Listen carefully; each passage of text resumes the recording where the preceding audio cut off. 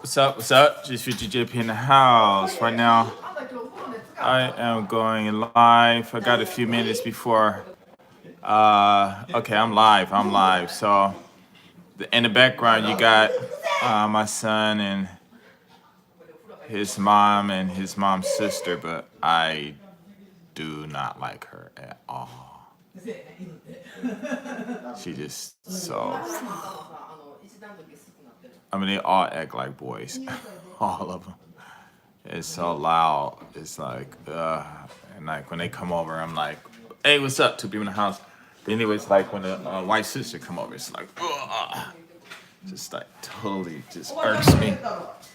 Sound voice is too deep, too loud. Like no, how can you say that? No, no, no. I mean, just like raw, just straight raw. And her did not get along. It's not like that. It's just she's a kid. But she looked like Uncle Coco Boss. Hey, Telki, turn the heat that on. Emano akite kusai. Ima, kore.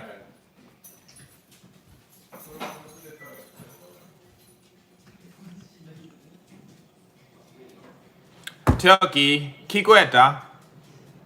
Telki. Telki. Kikoeta.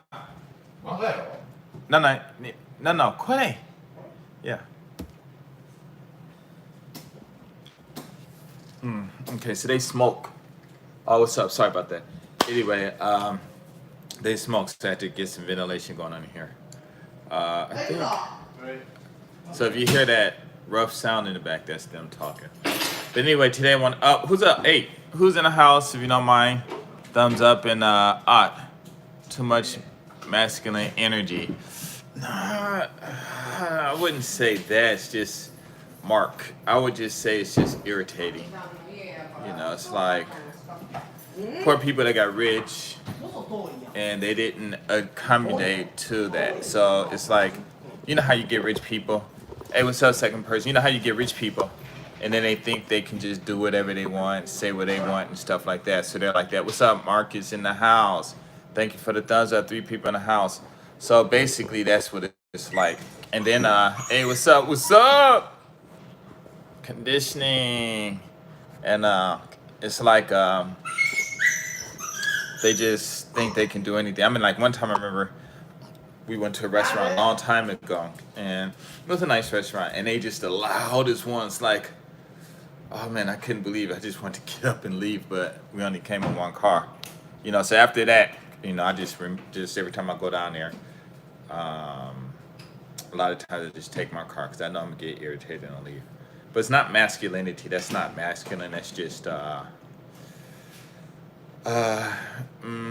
what do you say? That disrespectful? I wouldn't even say it's that. It's just they don't care about anyone else. Their surroundings. So in Japan, a lot of they know, you know how the culture. Well, if you don't know the culture out here is if you get out of line and stuff, sometimes people don't say anything and stuff like that.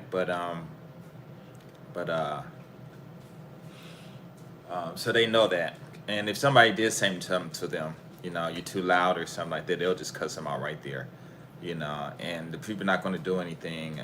No one's going to hit anything. So that's how it is in Japan, you know. So a lot of foreigners come out here and they get away with a lot of that stuff too. So now my son, he's here with his friends, but the sister just taking him out to buy something and stuff. Say, hey, what's up? What's up, Jason? They oh man, I didn't even put a share in the what you call it. Hold on. Pure V, what's up? What's up? Chilling. Let me put in a line that I'm in a line. What's up? What's up? What's up, chat? And so they spoiling my son, and I keep telling you know how the mothers are like closer to the boys than are the sons and stuff.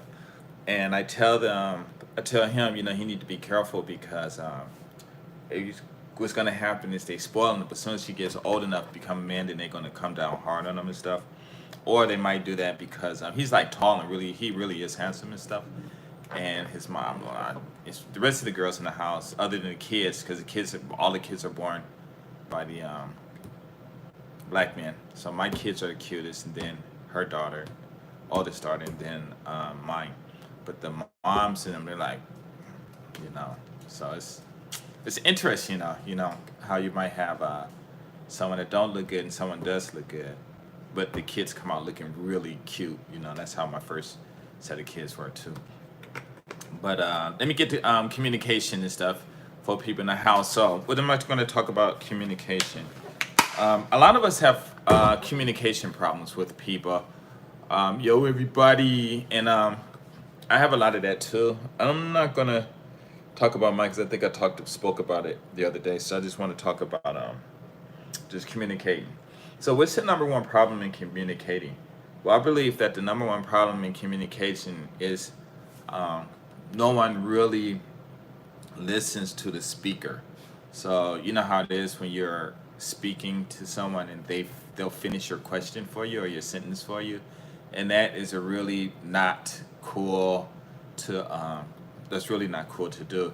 And because a person doesn't listen, then that's how arguments start, because one person is going to take a this other person's subjects and verb and add their own predicate, and then the other person say, "Hey, what's up in the house? Some thumbs up if you don't mind." And the other person say, "No, I'm like that, or I didn't say that," and then that starts an argument. I That happens to me all the time. I'm sure it happens to a lot of you. So the thing is, how do you go about reducing that friction that comes in with communication? And what I mean by that is like when uh,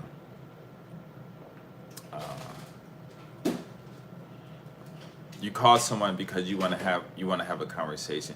Now, when you're talking to people, it is their right to listen, not to want to listen or anything like that. But uh, at least you would think they would give you that time. Hold on. They would give you that time to listen to them. So it's like I know this one person I talk to a lot, and this person don't have anything to say. Oh, I won't even say that person. It's a lot of people, and so I'll call, and I'll say something, or other people, I'll say something, and then that's how the conversation starts. And then it come to the point where um, they want to do a lot of talking, and you also want to have something to say, but there's no medium. It's like either you're a lot of times, you don't get to say a lot of things that what you say. Now I do know I talk a lot, but so basically, this is about, what do you do to fix those situations? What do you do to calm down, to wherever to where you can make it to where you communicate with other people? Because see, that's what a lot of problem is, especially like with marriages and stuff, especially out here in Japan, because some of the women, or the wives I should say, they once they get tired of you, that's it. They'll walk in the house, won't say nothing. They'll sit around the house and just act like you're not there, and stuff like that. And that's, I mean, like to me, it happens here too a lot. But I don't care. I don't really care. But it's just really interesting how, someone can just that, develop that kind of mental state where they'll just not say anything or just totally ignore you. But when you're ready to leave, or you want to divorce, or you want to break up, then they're like, no, no, no.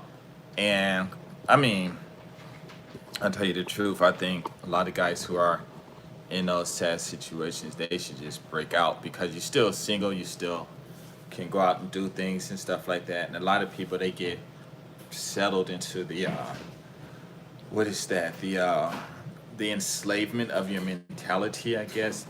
The verbal abuse that's there in the house and stuff, and it's a trip, and and so I want to talk about that.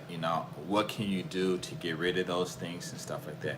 Now, if you have kids in the house, then the only thing I could say is just deal with it until, as long as you can. So, hey, what's up, second viewer? Deal with it as long as you can until your kids get, graduate, or at least, if you do leave, it won't really impact them too much because remember, you have to always take care of your own mental, um, um, what is that? Your own, I'm gonna have to go upstairs soon because they're about to watch TV, but your own mental, what is that thing called? Your mental stability, and stuff like that because I guess the American or the West put this thing on men where they got to be tough all the time and they got to listen to the wife all the time, and then when you go overseas, or especially when you go overseas, the women expect you to be like that and they treat you like that, but in reality what happens is they'll end up treating you pretty much like they treat their own men and stuff like that. So what can you do to get rid of that stuff? Well, one thing that you're gonna always have to do is just learn to love yourself, learn to be by yourself, go out, be able to have that ability to meet other people. Me, I can go out, I can just meet other people, it's no problem and stuff, or I can go drive or do whatever because like the house, I do not like sitting in a house. I really don't. I've never liked that. Uh, why? I don't know. Maybe it's because I never actually had. Well, only one time I had my own place that I could think of a couple of times, but I was never home. Especially in California, beautiful weather, Southern California, beautiful weather. Why sit in the house when you can just get in a car, drive to Tijuana or San Diego or uh, different parts of LA, Riverside, Anaheim, Pasadena, um, different places like that. So it really doesn't make any sense to sit in the house, And then at nighttime, there's nothing to do except for go out and go hit up clubs or meet your friends or go walk around different places where a lot of people hang out and stuff. So that's what I used to do. So when I came to Japan, I also did the same thing. But let's get back to the problem. So starting with your single guys, okay? A lot of you single guys, if you're if you do have a girlfriend, hey, what's up, 3 people in the house, thank you. If you do have a girlfriend or something, or if you're single, you should never sit in the house. Always get out. You don't have to go out and, what is that thing? You don't have to always spend money when you go out. And if you do, luckily about Japan is that you can drink outside. So you can always go to the store and get those, what are them things called? Get those cheap little bottles of wine for like $5, and that'll be enough to get you messed up for the whole night. And then while you're out there, just talk to the women. You can talk to guys and women, just depends. But just talk to people because you'd be surprised how many people will be able to enjoy you just for that moment. They'll open up and express themselves. Now, if you look on my channel, on the videos, you click the oldest. You scroll down a little bit and you'll see Yakara or something like that. And all those videos, part 1, part 2, the video also that is called, there's a video that's called Nappy. And that video too, all of that was like in one day. And I think also there's a video that's called Hitomi and Marina, and I think that's all in the same day. So me and Ron, when I first started making videos, my first video started off in Kyoto and stuff like that. What's up, people in the house? And what we did, we just went out, we just videotaping, just talking between us, and then other people, start interacting, or we'll just say hi to different people and stuff like that. So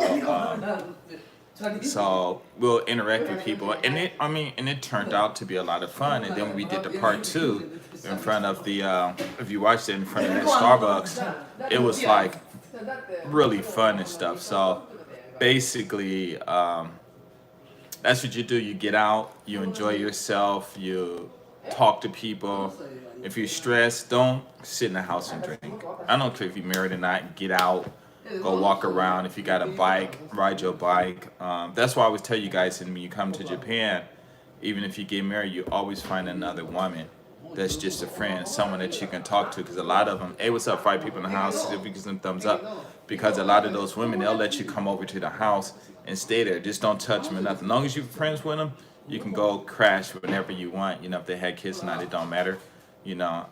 Sometimes you might meet women who have husbands, and she say okay, he say okay, because he really don't care. So it's really interesting, So you never sit in the house, you go out and communicate, because it is kind of. I mean, for me, it's not difficult. I don't really care, but it does come into a lot of player difficulty when you're just. Funny you say that. I'm sipping on my gin right now, even though it's sunny outside. Hey, I need something to drink too, but I haven't drank in a while. I think maybe a couple of months ago it was something in the refrigerator, and I drank it. But yeah, it was interesting. But yeah, so when you sit in the house, you by yourself, it's always good to get out. When you get out, communicate with people, because you never know who you're gonna meet. Now I can understand if you like live in the hood and in those places like that, and you really can't get out, or then you should find a place where you can go to, because it doesn't make. I mean, I can understand, 'cause like if I was growing up in Detroit, based on what I seen when I went back there, it would be kind of, I don't know, communicating with people. I'm not sure. I guess you would have to go to a Walmart and something like that. But in LA, they got malls all over the place, beaches right there. Well, it just depends on where you live. So I'm talking about from the west side, living in Westwood, Venice, Santa Monica, Brentwood, and those places like that. So that's what I'm basing it on. But those who might live in Watts, out there in South Central, it might be kind of difficult for them to get out. But I think they got things over there in malls, some skating rinks and stuff. I really personally don't know, because I didn't. When I did go over there, I just went to visit my cousins, and I did walk around a little bit. Luckily, it was still basically peaceful there and stuff. But that's what happened. I mean, that's not what happened, but that's what I let's see. Well, enough money to travel now. Well, enough to with this like we gotta grab a drink. Who, you coming out to Japan? If you come out here, shoot, that'd be cool, man. Cause this time you come out, we gonna really party and stuff. But oh, okay. But so I'm talking about, based on, like I said, based on where I live. Here in Japan too, well, now it's a lockdown, but you can always get out, find bars to go to, find clubs to go to. You might have to drive a little far from Wakayama and stuff, but wait, hold on, let me move, because I think they're going to watch TV. Okay, so here I got to pack this stuff up, because I think they're going to start watching TV all night. I really did not like when they all come over. That's why I wish I would follow my own advice and got my own place. Because, oh boy, I really need one. But actually, I don't even like, not living with people, but I don't really like being in a house anyway. So it's yeah, I really don't like being in the house anyway. So it's not really a big deal for me. But yeah, let me go upstairs. They're gonna start watching these scary movies and stuff, which I don't know why they're watching this kind of stupid video.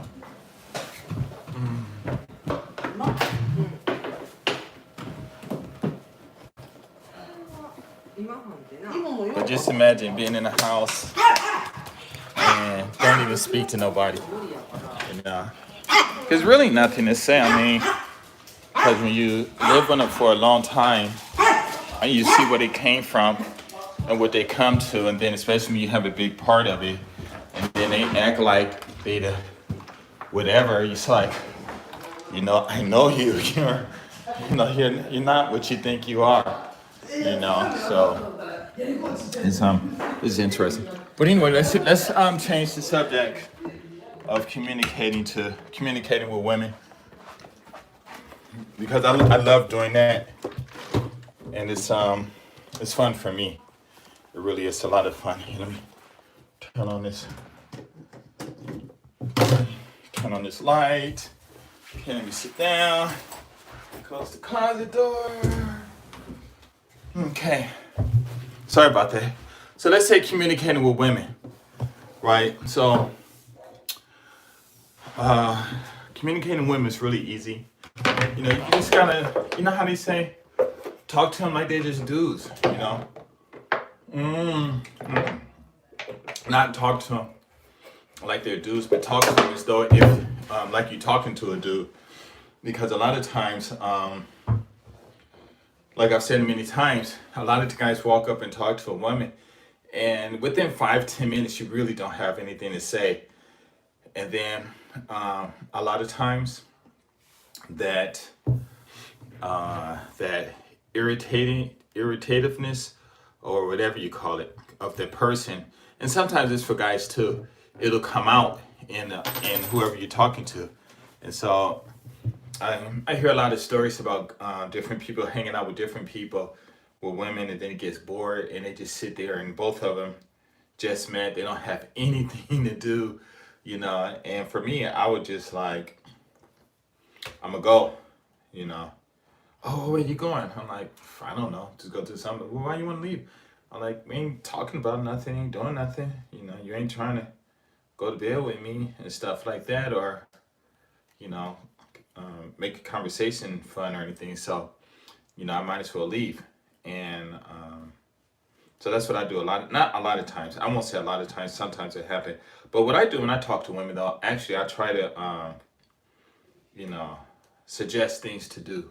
You know, and one of the first things that I suggest to do is go someplace where we can just be alone.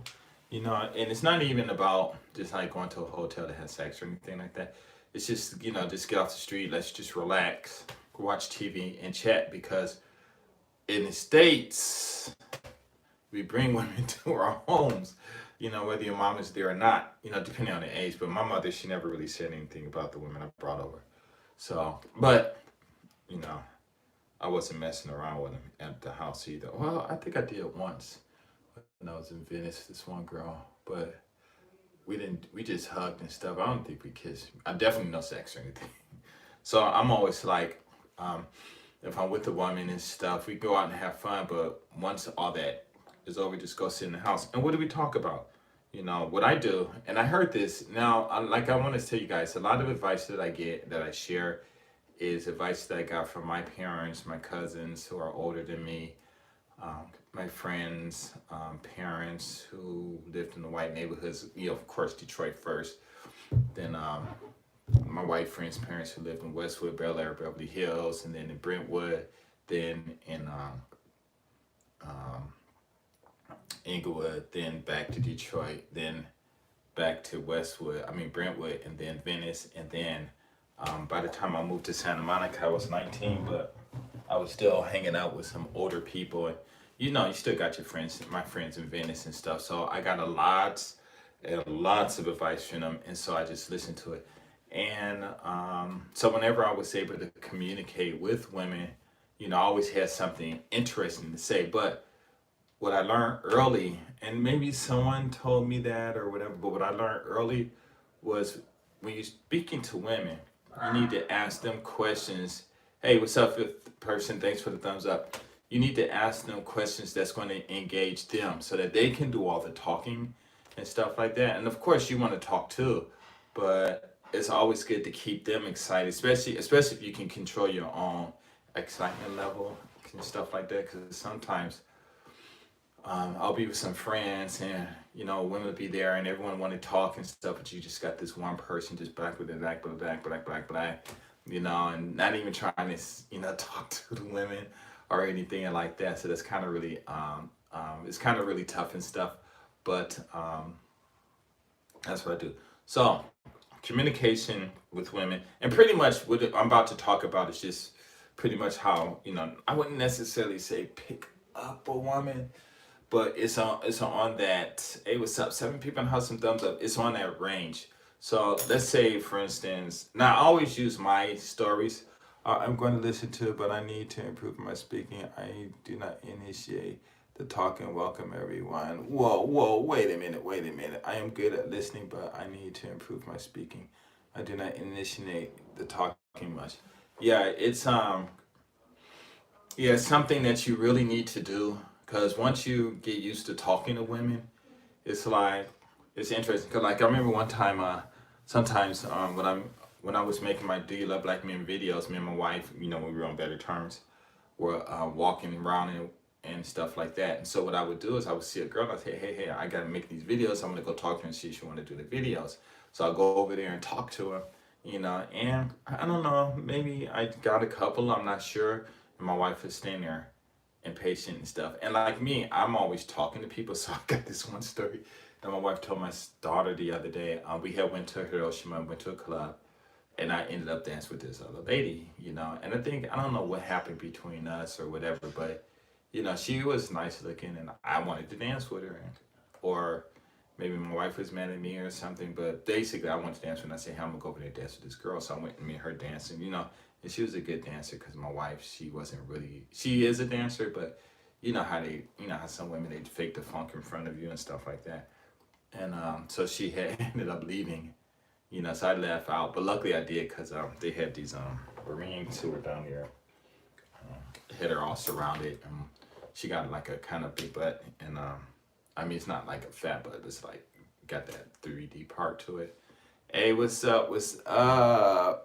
RX9 Eon RX9, how you doing, bro? I'm good. I'm good. And so they were out there talking to her, but one dude, when I saw her, they had her like one up on these staircase and stuff. So I guess they were blocking her in. So I went over there and like, come on, let's go. And this dude like, oh, it's your girl. I said, yes, yeah, well, we want her and all that. I'm like, why you want her? He was like reaching in for her, and he wasn't all that tall, but they were all yoked. But I was yoked too. And it was like five of them, and the one dude was like, it's always the short guys, and he was trying to be tough, and he was like reaching. I said, man, if you touch her, I'm gonna knock you out. You ain't gonna. I said, man, go ahead, man. I said, go ahead, just you touch her, I'm gonna knock you out. He was talking. I said, forget it. So I just grabbed her and left. But kind of got off the subject. But yeah, initiating contact, with women is real cool. But it's really easy. Okay, so let's say like you walking down the street and you see a woman you want to talk to. Well, the first thing you don't do is think about what you want to talk about. Don't think about what should I say. You should already know what you want to say. So like, how you had these people talking about you got to have confidence. But wait, hold on.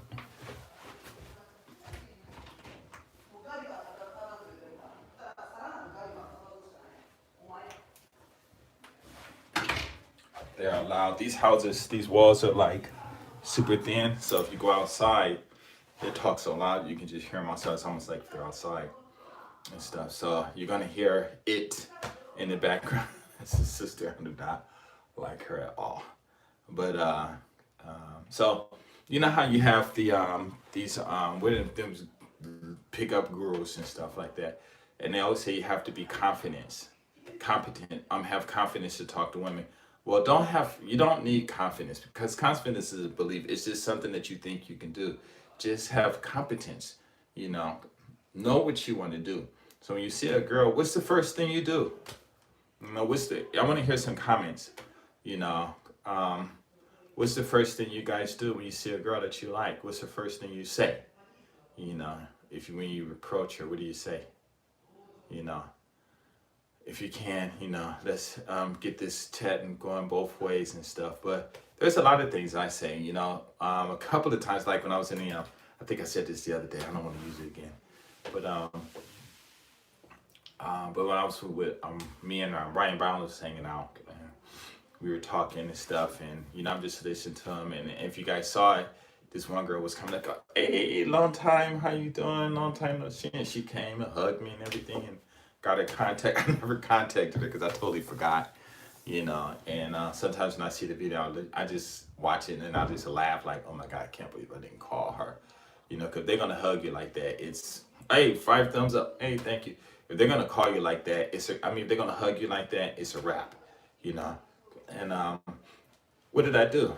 I think in the video, say, "Hey, how you doing?" Whatever. "Hey, let me get your number real quick." Your line or whatever. And she gave it to me, and I said, "Okay, I'll call you," because she was in a bit rush, And of course, usually when you hang out with guys and you picking up all the women, especially if they supposed to be trying to pick up, good at picking up women too. But you get more of it, more women than they do, and they kind of like get mad and stuff. And plus, what I don't like doing, another thing, I keep my conversations short when I'm with the other guys, is because some of them try to get in and try to talk and stuff, and that happens a few times. I mean, it happened a few times. So that's what I do. I mean, that's like the shortest. Hey, how you? Hey, what's up? You know, what's going on? Give me a hug. Hey, long time no see. Sashi Woody, whatever. And then get the digit. I've said in my videos a lot of times, get the digits and move on. You know. Now that interaction shouldn't take no more than 3 minutes at the max. You know, and you got to contact. If you don't do that, then what would you do? You know, you guys who are watching, what would you do to initiate a conversation with the woman? Now, for me, it's easy, but I will not say that I'm perfect. And what I mean is, sometimes I might get nervous, not because I'm scared to talk to her, but because, hey, what's up, fifth person? It's not that I'll be scared to talk to her, but I'll be thinking so much that I'm just start tripping over my thoughts and stuff, you know.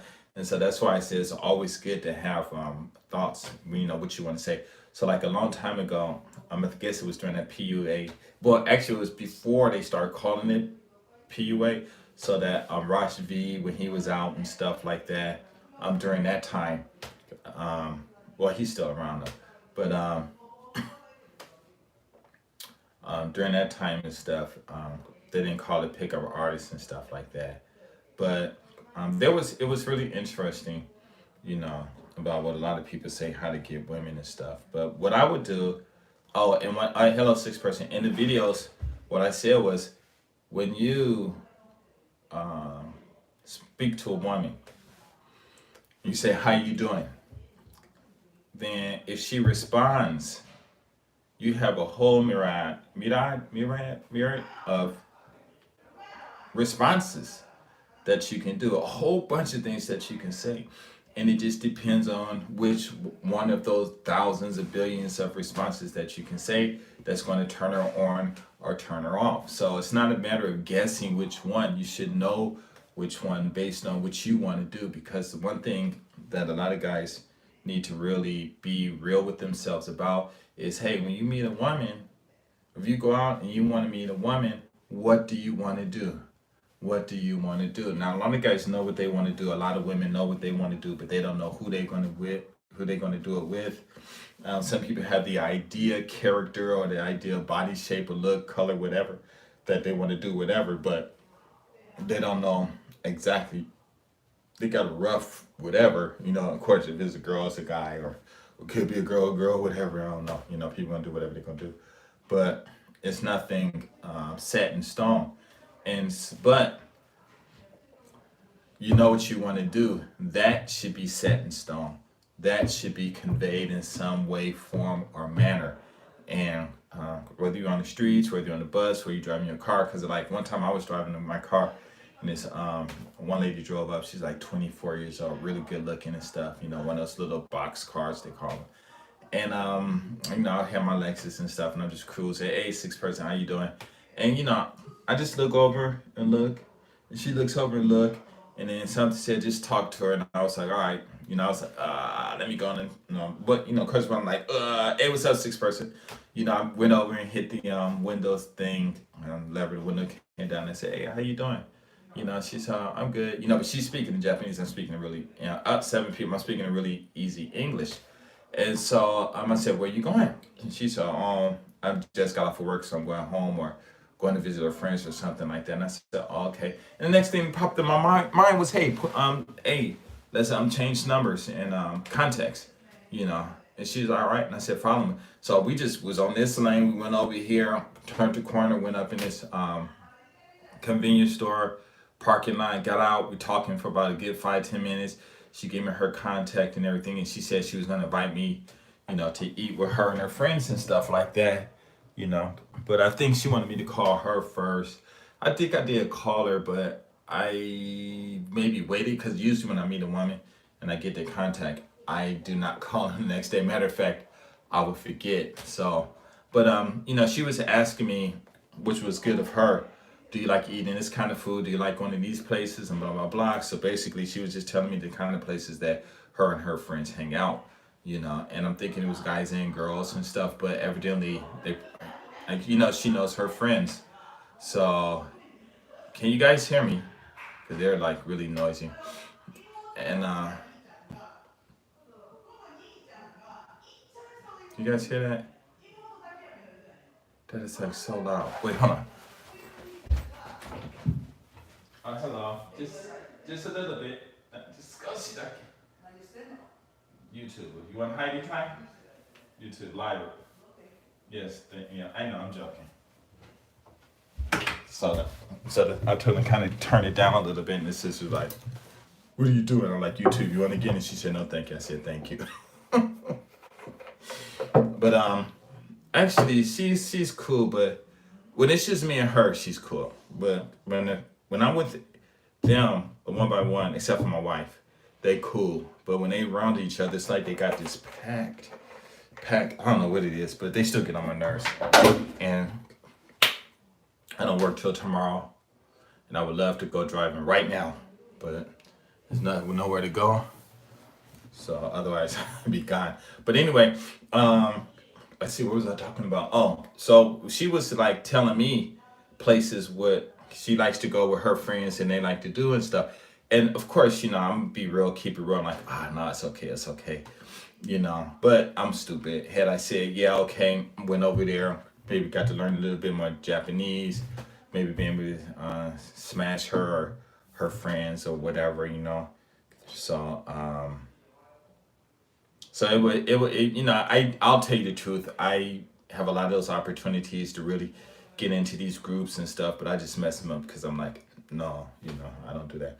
So when you're talking to a woman, what do you do? And even when if you have kids, some of you guys probably watching this, you got kids, boys, who are shy to talk to women and stuff. You have to teach them how to talk to women or the little girls, because they do talk to them, but it's like the best thing to do, I'll tell you the truth, is do the same thing they do. You know how they put you in that friend zone. You keep them in the friend zone, and keeping them in the friend zone, what it does is it'll open them up to introducing you to more of their friends, and as the more that you get to socialize with women, then the more you get the understanding that why is it that I want to be with them like that, especially when they just wild out there, just buck wild and everything. Because what you have to understand in the Western, in the past, the guys made the women act a certain way, so they were like tamed. Some women were loose, but a lot of them were tamed, and a lot of the guys can handle tame women in communication, interaction, but the ones who weren't tamed, like my wife's sister, my wife and maybe her mom, what do you do? And so a lot of guys come out here, and a lot of the women that they marry, they act tame until you get married, and then they roar, and they just yelling at you, and like you some little kid, and it's like, huh? What? Huh? Who are you talking to? Or sometimes my wife, she'll ask me, like I'll say something to her, and I have to ask like 2 or 3 times before she answers. I just do the same thing, like whatever. You want to play that game, and she'll come in, don't even say nothing, So I do the same thing. I'm like whatever, because actually, I thought about it, I'm like why, but then I got to think about, you're sitting here in Japan, you're on an island. It's really nothing to do. You come to the same house, you see the same people, you say hi, and you just sit in the house the whole time from work, sitting in the house. Unless she got some clubs that she goes to with these groups and stuff they go to, but other than that, you just sitting in the house, and I'm like, whoa, and I don't know, it's just weird. But anyway, let's get back to communicating with women. Hey, what's up, what's up? So anyway, I think we talked maybe twice, but I had absolutely no interest in meeting up with her because it wasn't. I didn't want to meet up with her, but I've hung out with some young women before. I think I told you guys. I don't know where I met these girls at, but they were like 17 or 18 years old. Maybe Garden Parks in my old videos. I used to hang out there, and they out late and everything. So we all talking with different guys and stuff, and they wanted my numbers from, so I gave it to them and stuff. Next, they calling me, saying, "Hey, come pick us up here and take us here." And they wait for us to do this, and they take us here. So I'm there like, you know, out here I'm like a big brother or a bodyguard or a chauffeur and stuff. And so one time one of them called me and she's at her house and she's like, "Come get me." I'm like, "Where are you?" "At home." And I'm like, "Are your parents really sure it's okay?" She said, "Yeah, yeah, they know, no problem, no problem." And out here it really is like that. The parents really don't care because I guess in Japan after you turn 16 you don't have to go to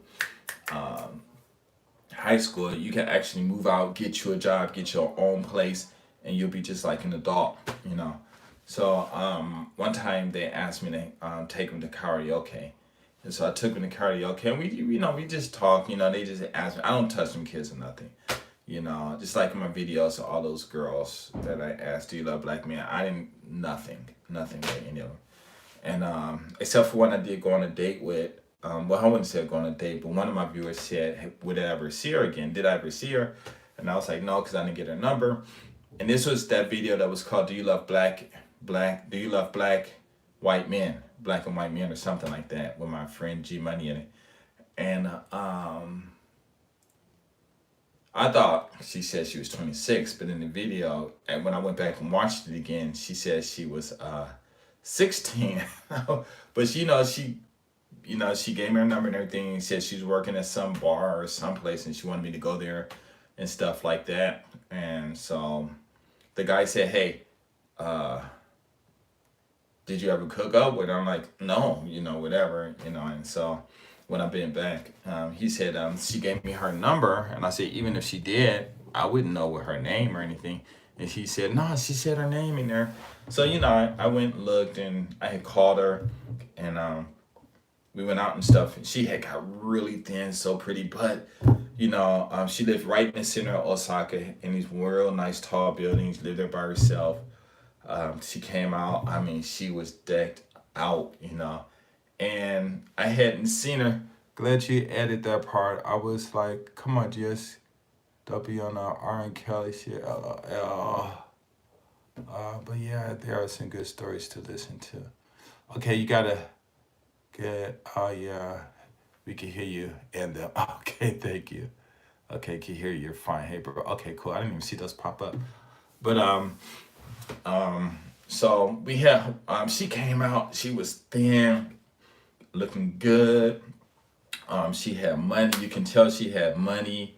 She jumped in the car, put her seatbelt on, and she just did like this. She just started talking. She was kind of leaning towards me, because my car's kind of wide, so you can't lean on me, but it was like towards me. And she just kept up the conversation. Really it wasn't childish stuff. It was really cool. So we hung out and stuff. And so at the end of the night, I took her home, and then I asked her, "So how old are you now?" 28. She said, "No, I'm 18. I was like, "What? What do you mean 18? You said you were 26. She said, "No, no, no. When we met, I was 16 years old." I was like, "Oh my God, I thought you was a woman." Because she was kind of like thick, you know what I'm saying? And so I was like, "Okay." And she said, "Well, let's meet again." I'm like, "Okay, okay. But after that, I think she kind of wanted me to go up to her house, but I do not like sitting in the house. Even now, I hate sitting in the house. God, I rather do this video outside, but it's like too. I don't have that all you can use Wi-Fi stuff, so I'll probably get that in a couple of months if nothing goes bad. Meteorite come and hit me in the head or something like that. If that doesn't happen, but and I was like, "Okay, cool." So what I did was I just she went in the house, and like I always do, I forgot about her. I think she called me a couple of times, but I was busy, and she stopped calling, and I totally forgot about her. I mean, right now I don't know how old she is. Probably like 28 maybe or something like that, because that was a long time ago, or 24. But she was so beautiful. And another communication thing, right? So I'm in front of this Don Quixote here. I'm walking. I'm The youngest I dated was 20 years old from Yokohama. She was cool, but to me it seems she was more so about trying to move out of her parents' crib and stay with me. Yeah, yeah, you do have those type, want you to be the Captain Saber, you know. But yeah, I think to date it, the youngest I dated was she was 19 and she was in college, and I met her at Sunsplash. I don't know how old I was at that time, maybe 33 or something like that. And she just came on to me and stuff. So I just pretty much just gave in, you know, because I wasn't feeling her. I mean, I'll tell you this is what it was. So we're in Sunsplash. I'm just sitting there dancing, dancing, get my groove on by myself because I always just dance by myself. And she just come up on me and grab me and start freaking. I'm like, whoa, what you doing? I pushed her off of me and she'd come on. I'm like pushing off of me and she like did like 3 or 4 times. So what I did was I said, okay, I'm gonna go buy me a drink. So I went and bought a drink. I sat down and I'm looking for her. So she's sitting down. No one's talking to her, but she was really pretty. But the bros still like later on I found out a lot of brothers still like her and stuff. But so when she was not looking, I'd go back and dance and she come running back out there and start dancing with me and stuff. And I'm like, I come to cuss to death, and this is my stupid conversation. I say I come to the club to dance. I don't come here to pick with the women. If you want to dance, fine. Let's dance one song, then leave me alone. There's other guys you can dance with, because I'm too old. Because I was telling my age and stuff. And she was like, "No, it's okay. I'm 19. College student. Blah blah blah." And I'm like, "It's okay."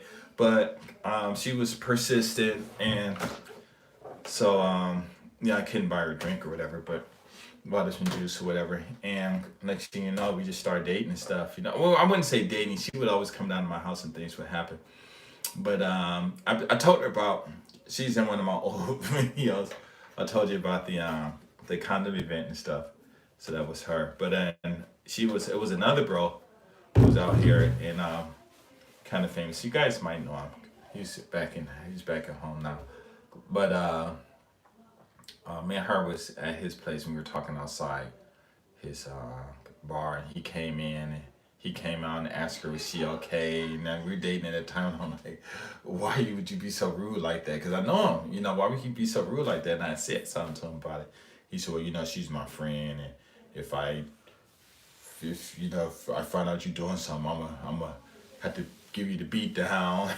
I'm like, I don't think you can beat me down, you know, and all this stuff. So it was funny though. But later on, she shared that he was trying to hit it, but she would never let him, But just whatever. But anyway, yeah, with her, it was really interesting, And then here's another communication thing. Okay, so let's say you're walking down the street. You guys who live here in Japan, or you're in front of Donkey Hote. Donkey Hote is probably one of the best places to pick up women. If you're in Umeda or Sensaibashi or Homachi, I think Homachi is a good one. Another one is by what's that place? By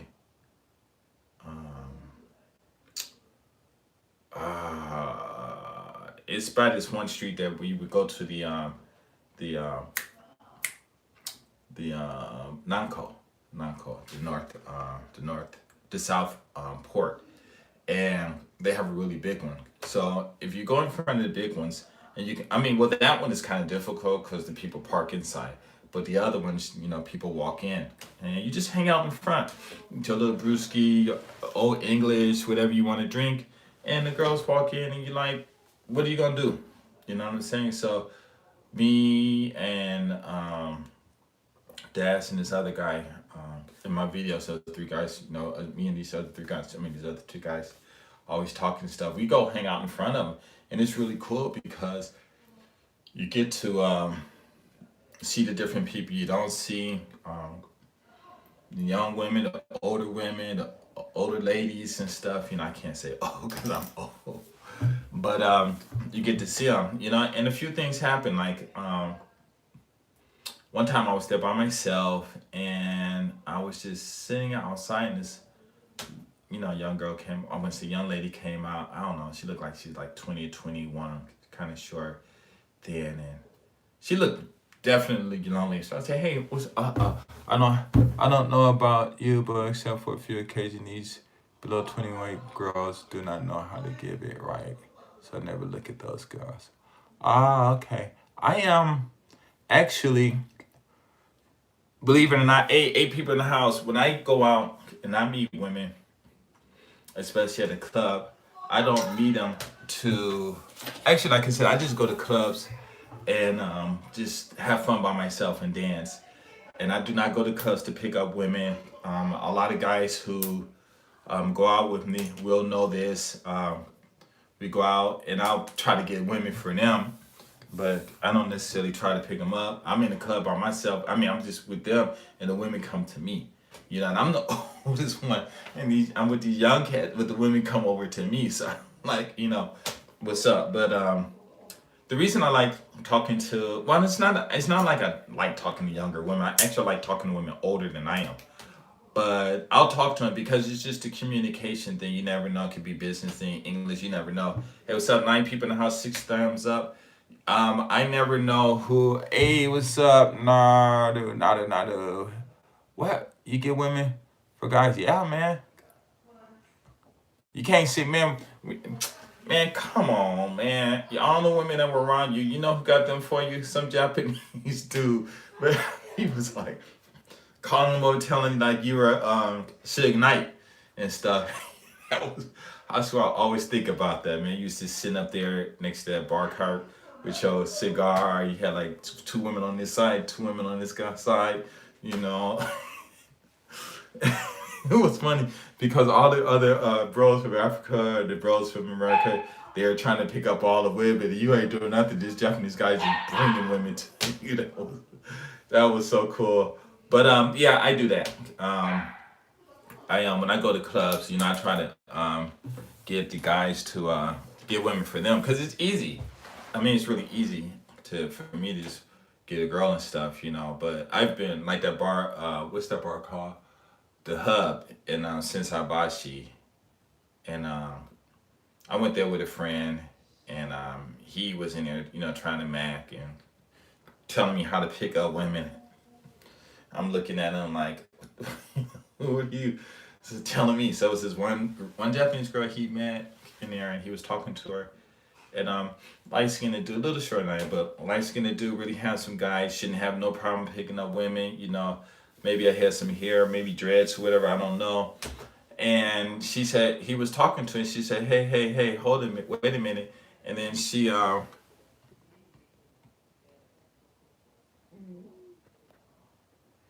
talking about sex. Oh, wow. I don't know, because I don't really, oh, y'all talking about that. I just talk to them because, they just want to talk to me. If we do something, then um if they just like there and not really doing anything, it's okay because I get to use all my energy. And one thing I like about it is um about them is you just tell them what to do and they'll do it. So a lot of guys, I don't know if a lot of guys, from what I understand, the guys say they just lay there. I'm like, well, they just letting you do what you ever want to do because they don't complain, and you do whatever you want, tell them to do whatever they do, everything, and they don't complain. But like in the States, though, let's see, put in the over here, they put in that word, DSD50. What's up? What's up, Gaijin Vlog in the house? What's up? 3SD50. But I don't know. For me, I like, it don't matter either way, because I've been with some who are older, they'll just lay there. But I just got all this energy, and this woman is there, and she just let me just release all this energy, and she just absorb it and all, not doing anything. Not just say, move here, do this, do this, do this, do this. It ain't doing it. Or I just say, you do it, you make me do this or this or that, naked and do it. So maybe you're not giving commands, but I've been with some women who, who this one, I forgot how old she was. She probably like 40 something now. She was like maybe 8 years younger than me. So I was in my, she was in her 30s, I was in my 40s, and that was like 20 years ago. So I was in my 30s, and she was like 28 or something like that. And we had met sometime later, and she must have had a long time, boy. She got on there and just started putting her energy in. It just had me on this bed. Oh, boom, bam, like I'm a lowrider. Boom, boom. You know, and I mean, it was good for her because she using her energy, but to me, I don't particularly care for it because I like to have that, what is that? That stability. My failure and sim game is on foreigners. I mean, it's the Japanese. Oh yeah, oh yeah, yeah. Their game is on. Yeah, that's why I said, when you're talking to them, just ask them questions. Don't ask them yes or no questions. Just let them talk, and they'll talk. I'll be in Osaka in July. Okay, cool. I will get champagne beer in this heaven. Oh, it's good night. Okay, yeah, we could do that for sure. Let me know. Saturdays is bad because I gotta work till like 2, but Friday nights and stuff like that is cool. What's your best experience communicating with Japanese men? Best experience communication with Japanese women, and what's your worst experience? Both. Okay, my best experience was just when I'm able to meet these rich Japanese men. I mean, they got mad money, you know. They always want to take me out to different places. They always talking about their cars. One guy, he invited me to go eat French to a French restaurant with him and his wife, and he owns 3 separate businesses. He got money. I met one of these guys at a golf range owner at Lexus. He gave me his car and said whenever I go call him, but I can't find his car.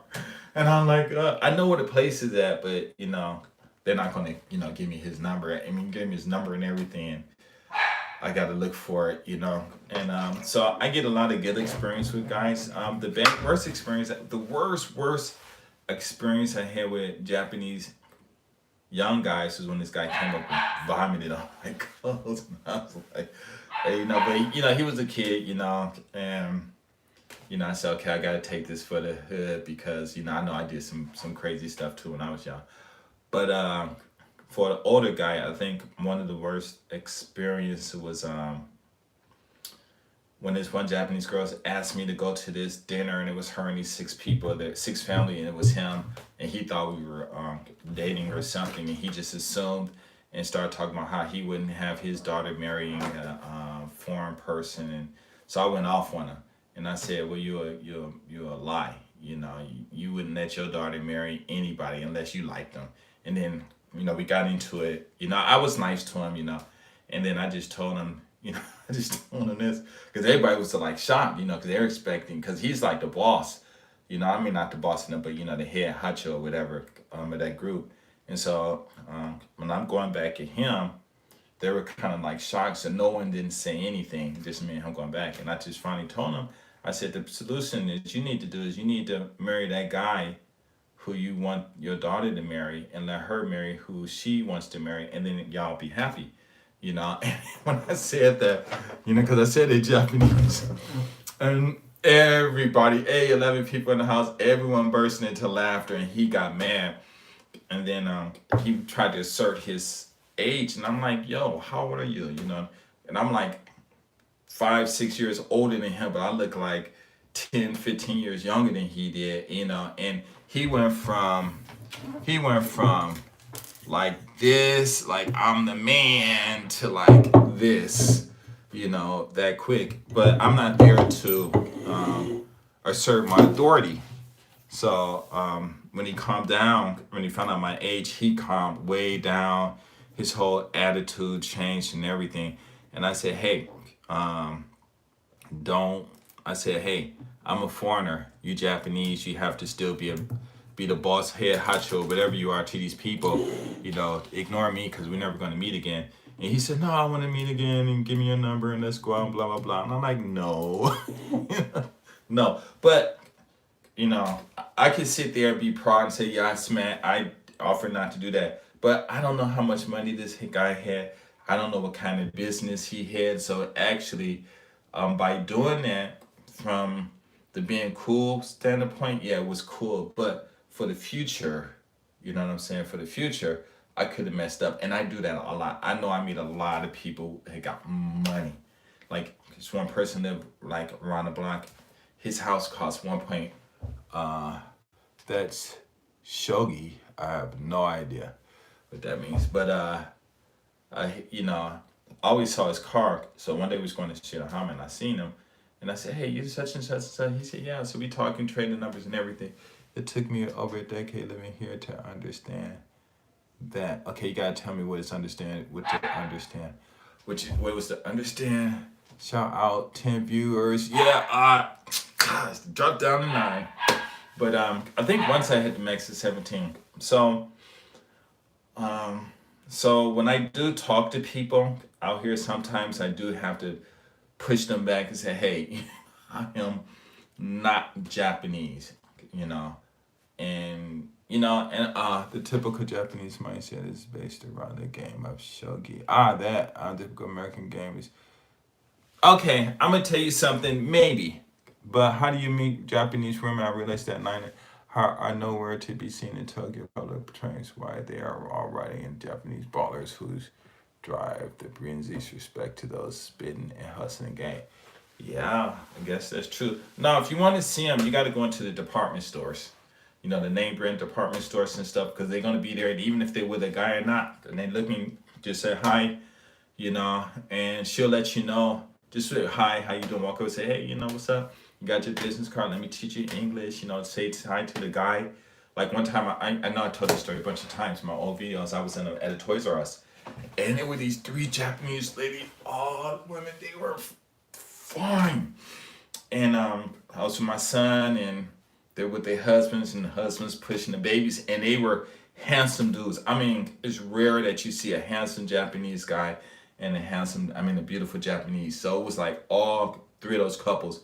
I mean, they were like, wow, I wish I could have took a picture of that, because that's just a rare sight to see. And so, they came over and started talking to me. And I'm like, yeah, y'all get a chance to go to the club. I'm like, you got to ask our husbands, otherwise I'll go. And I'm like, no, I mean, everybody, let's go. But, she talking about she want to go by herself, but if her husband says, okay, she'll go. So basically, she wanted to go. So, but they were fine. So you got to go to the department stores. That's where they are. The worst experience I ever had with a Japanese woman was probably my wife's sister. I think it was the sister. I can't. Now I do know some Japanese people. Yeah, what's this one lady I know? She just gets on my nerves because she just thinks she knows everything. It just be yakety yak.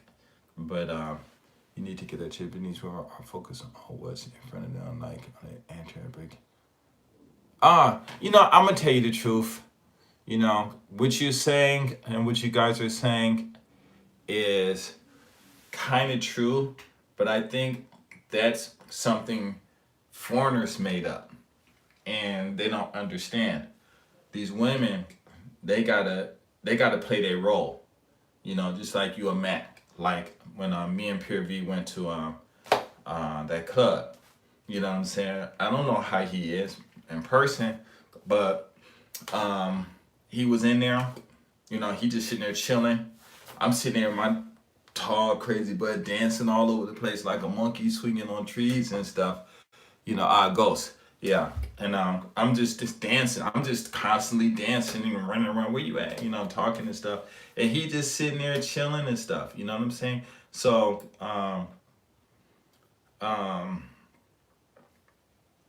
you got people like him who can chill, and got Japanese guys bringing women to him. And you got guys like me who just in there just dancing, women coming or wherever, I don't care, I'm just in there having fun. But I think a lot of guys say that, they're like that, but you have to play your role. They got to play their role. Like Pure V, he was in there looking like Suge Knight, you know what I'm saying? And he just playing his role.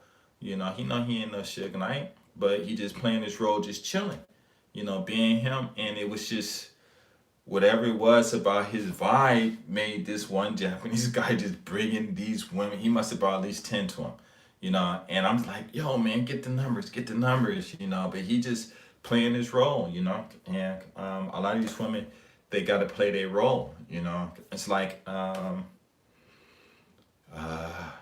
this you would be with your homies and y'all go out and motherfucker get drunk and they start coming out their clothes, getting butt naked and stuff. You know what I'm saying?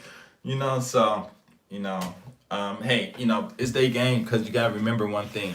They live on an island. They stuck here. Everywhere they go is in a circle. Every day it's in a circle. And if they want to extend their circle, they gotta get on a boat, get on a plane or whatever. There are two kinds of foreigners here in Japan. One that is focused on VN, the other one's focused on hustling. This is the coronavirus. These are always be a winner, and some of them are still sitting and complain. Okay, so let me answer that other question first. So I think it was the sister, because one day I was talking to my brother, my son, and she come and grabbed me, and I'm like, what are you doing? Get your hands off me, don't touch her. And I snatched my arm from her, and she just get physical. I'm like one time she kind of got physical with me, and I said, wait, stop. And I put my hand like this, and I said, push me. She couldn't even budge me. She couldn't even budge me. And I remember this other lady, my first wife's kid's girlfriend. She big sister. And she was doing this and couldn't even budge me. I don't know what superpowers came with, but didn't even budge me, But she's always challenged. But I think her problem is she just mad because she was dating brothers, but none of them were from America. But her sister ended up getting dating a couple of guys, bros from America, and she didn't. So I don't know. But yeah, she's the worst problem I had. Okay, and let's see what else. And what's your worst experience for? Okay, and so the best communication with Japanese women. I'll say the best communications are the ones who I used to we wouldn't be dating, or we'd be seeing each other for like 10 years straight, 15 years straight. And it's not one, it'll be like 3, 4, 5, maybe 7, and I still know a whole bunch of them now that if I could find them, remember their names and find them, say, what's up, let's meet up. They're like, bam, bam, you know what I'm saying? So those are the best relationships where I established this relationship with these women that even though we're far apart, I just say, call, what you doing? Call, yo, what's up? And they're like, okay, and we meet up and bam, and so that's how it was from before when I was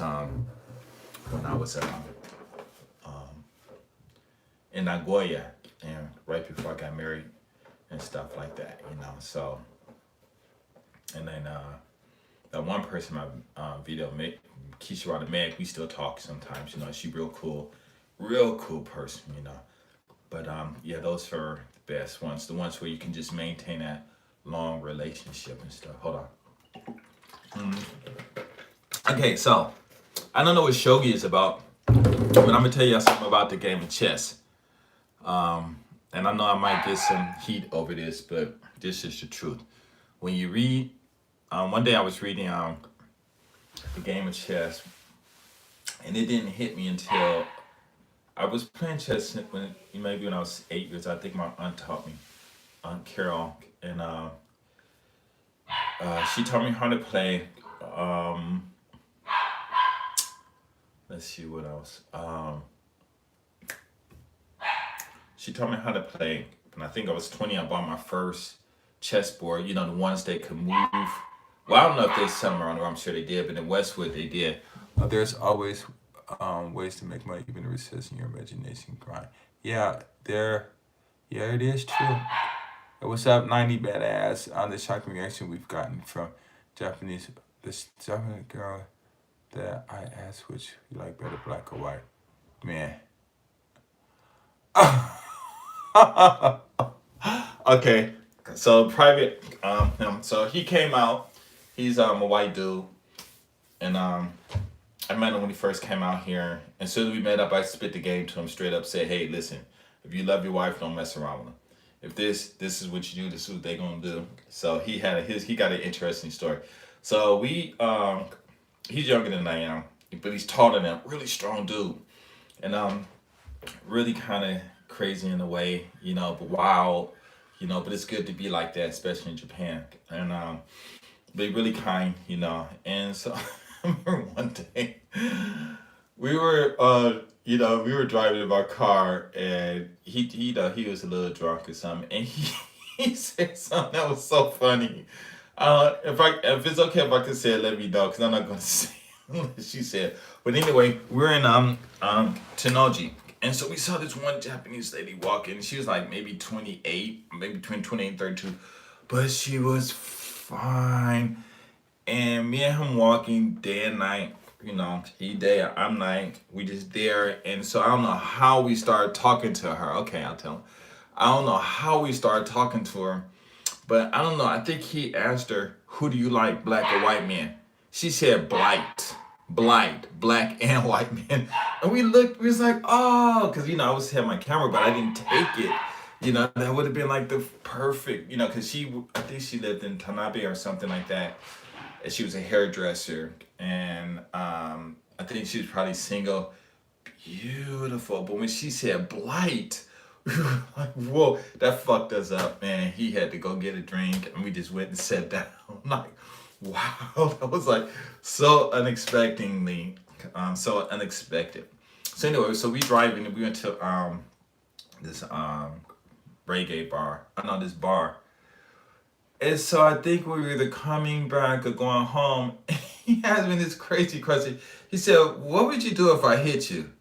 And I looked at him, and I'm like, "Well, I guess it depends on how hard you hit me." I just started. But he's like, I'm telling you, he's like one of the coolest people. Because, like I said, I grew up in Westwood around white people and stuff. So I just laughed. And so I don't know if he remembered it. Maybe he did, but or not. I'm not sure. I know he didn't, because I had to tell him. I said, "Man, why'd you ask me that?" And he said, "What?" And I told him, he started laughing. I was like, "Wow, man, you gotta watch your drinking." That was so funny though. But yeah, we've been friends for I don't know how many years, but he's like, I honestly have to say, in Wakayama, he's my best friend. And let's see, in all Japan, he can't be my best friend in Japan, because my first two best friends, they yeah, she was a 10. She was real 10 years. That's how long we know each other, 10 years. And my two best friends are up in one is in Nagoya and Tokyo. It's because of them guys that I'm even still here in Japan. Otherwise, I was gonna bounce and never come back. Okay, but he real cool dude, real cool. What are some slight differences you've noticed in Japanese people from other regions, Kyushu folks versus Naga? Okay, well, actually, when I went to Okinawa, they were different. A lot of them did look black, but when I went to Okayama, them women down there straight look like sisters. They were nice, fine, just coming at me. You know what I'm saying? And one came at me. She wanted me to go home with her. But this one Japanese guy, he was just taking me around the clubs, and I didn't want to diss him. Leave him and go be with her. Am I a fool? But she was, oh man, God, dark skin, thick lips, nice butt. I was like, wow, it was crazy. I say in Tokyo, a lot of the women are busy, so if you want to talk to them, and you talk to random, and they, because they're always on the go, so it's really hard. But I went to a club, like I said, my friend Alexander Mia went up there to an all Japanese club, and these women came on him. I had like one, he had three on him. I went to another club, it had some Korean women on us, some Japanese women on us. Well, I say for me, it's not a problem, because I don't have a problem with them. But to notice is the difference. I would say based on where I'm living, it's not that much different. I guess it would be the same, but you do got them. They seem to be nicer, and like I said, Nagoya is the best place I've lived in, and I say they're nicer there. But the reason I say that is because most of the women there spoke English, and so all those 2,000 women who came up and spoke to me in those first 2 years, all all spoke English. Maybe if they didn't have if they didn't speak English, then maybe I would have some of the same experiences. When I came to Osaka, went to Smile Splash, most of the women there spoke English. If it did, they were there to get some black beef and stuff, you know. I went to this one other part, I don't know, Yokoka, or some prefecture that starts with a Y. And me and my wife was there, and she was shopping, so I'm just standing there waiting. It was my first Japanese wife, and one of the workers came up and started macking to me, gave me her number just like that. And she started talking to me in Japanese, and she saw us with my wife and my wife doing something. She came, gave me her number. She was fine, thick, nice body, nice chest, and everything. Whoa! Can you imagine if all of us guys in Japan just focus on grinding, creating ways to make passive money? In particular, a lot of us would be more confident and less care about. You need to get rid of the word confidence. You need to say competence, because confidence is a belief that has no facts or nothing. You know, it's like, be more competent. Yeah, if we do that, because like I told you guys, I got this English thing where I can teach 4-year-old kids to start reading within 4 months, and within a year I can have them take one word and make their own sentence, you know. And I did the numbers on that, and if I can get like 999 teachers to work with me, we can all work together and make $1 billion in 1 year, and that's just in Japan, you know. And there's enough students to do that, you know. With the adults, I can have them speak in there. I mean, I got this one program, but it fits any age. I got kids, teaching them how to read at 3 years old. So who's doing that? You know, so I got that. How much would a rich person pay if you said, I would promise you in 1 year, you pay me $20,000, and they got money, $20,000, I would have your kid be able to take one of, I don't even have the books. This lady had one. I don't even have his name even up here. One of those vocabulary books. I'll say I can give them one of the vocabulary books, and in 1 year, I can have your kids take one word. Here it is. So this is what my student is. She's in college, but you see that word right there is plague. I got kids, 4 or 5 years old. You know, I used to a long time ago. I can still do it now, but they all got older. But I got these young kids, so I'm having to do this too. They could take the word plague. If they don't know what it means in Japanese, I'll tell them what it is in Japanese, and they make their own sentence. I write for all my students, but this is for my college. But I got kids 4 years old, 5 years old doing this, you know, and no one in Japan is doing that. So if you go to a parent's got these people that got money, you know, because in Tokyo they got these kindergartens where they paying like $5,000 just to go there for 12 weeks, you know. I'll come in there and find out $5,000 for 12 weeks. That's 3 months. So they paying about $20,000 a month, whether it's coming out their pocket or not, because they get to write all that stuff on text anyway. I walk in, I say, I can have your kid, and by the time they're 4 years old, using those same vocabulary books that you used to use in junior high school, that these college kids use in high school, in 1 year, I can have them just looking at it, seeing the definition, bam, speaking in English, and I tell them what kind of, and I teach them different grammatically, all that stuff. They know nouns, verbs, singular and plural, how to use a, and the meaning of a, and the meaning of the, all that stuff, you know. Past perfect, past, present, they know how to use the ing words, the passive, all that stuff, you know. 1 year, I would just teach them the present tense, because they have to get to like a whole bunch of different, like about 100 and, I usually wait till you get like on this one book that I use, they usually wait till they get to like 100, and then I'll start telling them to do past, and then introduce the can and all that stuff. But just for a kid and 4 years old, by the end of the year, that you can, I can have her or him take a word like cooperate and tell them to make a present continuous tense, and that I am cooperating with my friends. Bam! Just like that, 4 years old, 1 year, you promise, give me $20,000 and this is what I can do for you. How many people that got money is gonna pay that? How many gonna pay that? That's what I can do. Now, I'm trying, I was in an old players club, and I asked the guys, hey, how much would you want? And I'm being honest, because you know how niggas are and shit. So I'm being honest. I said, if you were to work for me and 1 year, your labor for 1 year would bring in $1 million. $1 million. But you only teach kids in three. When I think about politics in Japan, I don't. It's their country.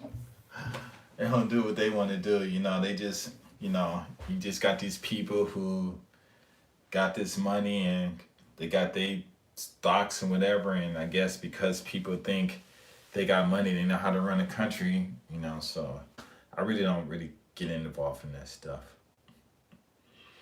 I told them dudes, you'd be working in with a group of kids only in 3 months increments, and then but your labor would be $1 million. How much would you want?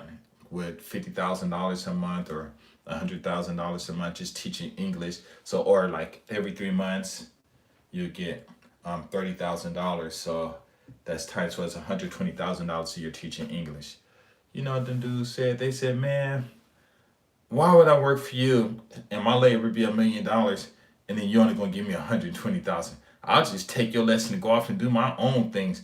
Some people, I wouldn't work with you. I wouldn't even do that. And I'm just listening to these dudes, and they all working for ALTs or, whatever they doing. I know they're not making 100, and none of them who, doing teaching are not making over $50,000 teaching English, working for somebody else.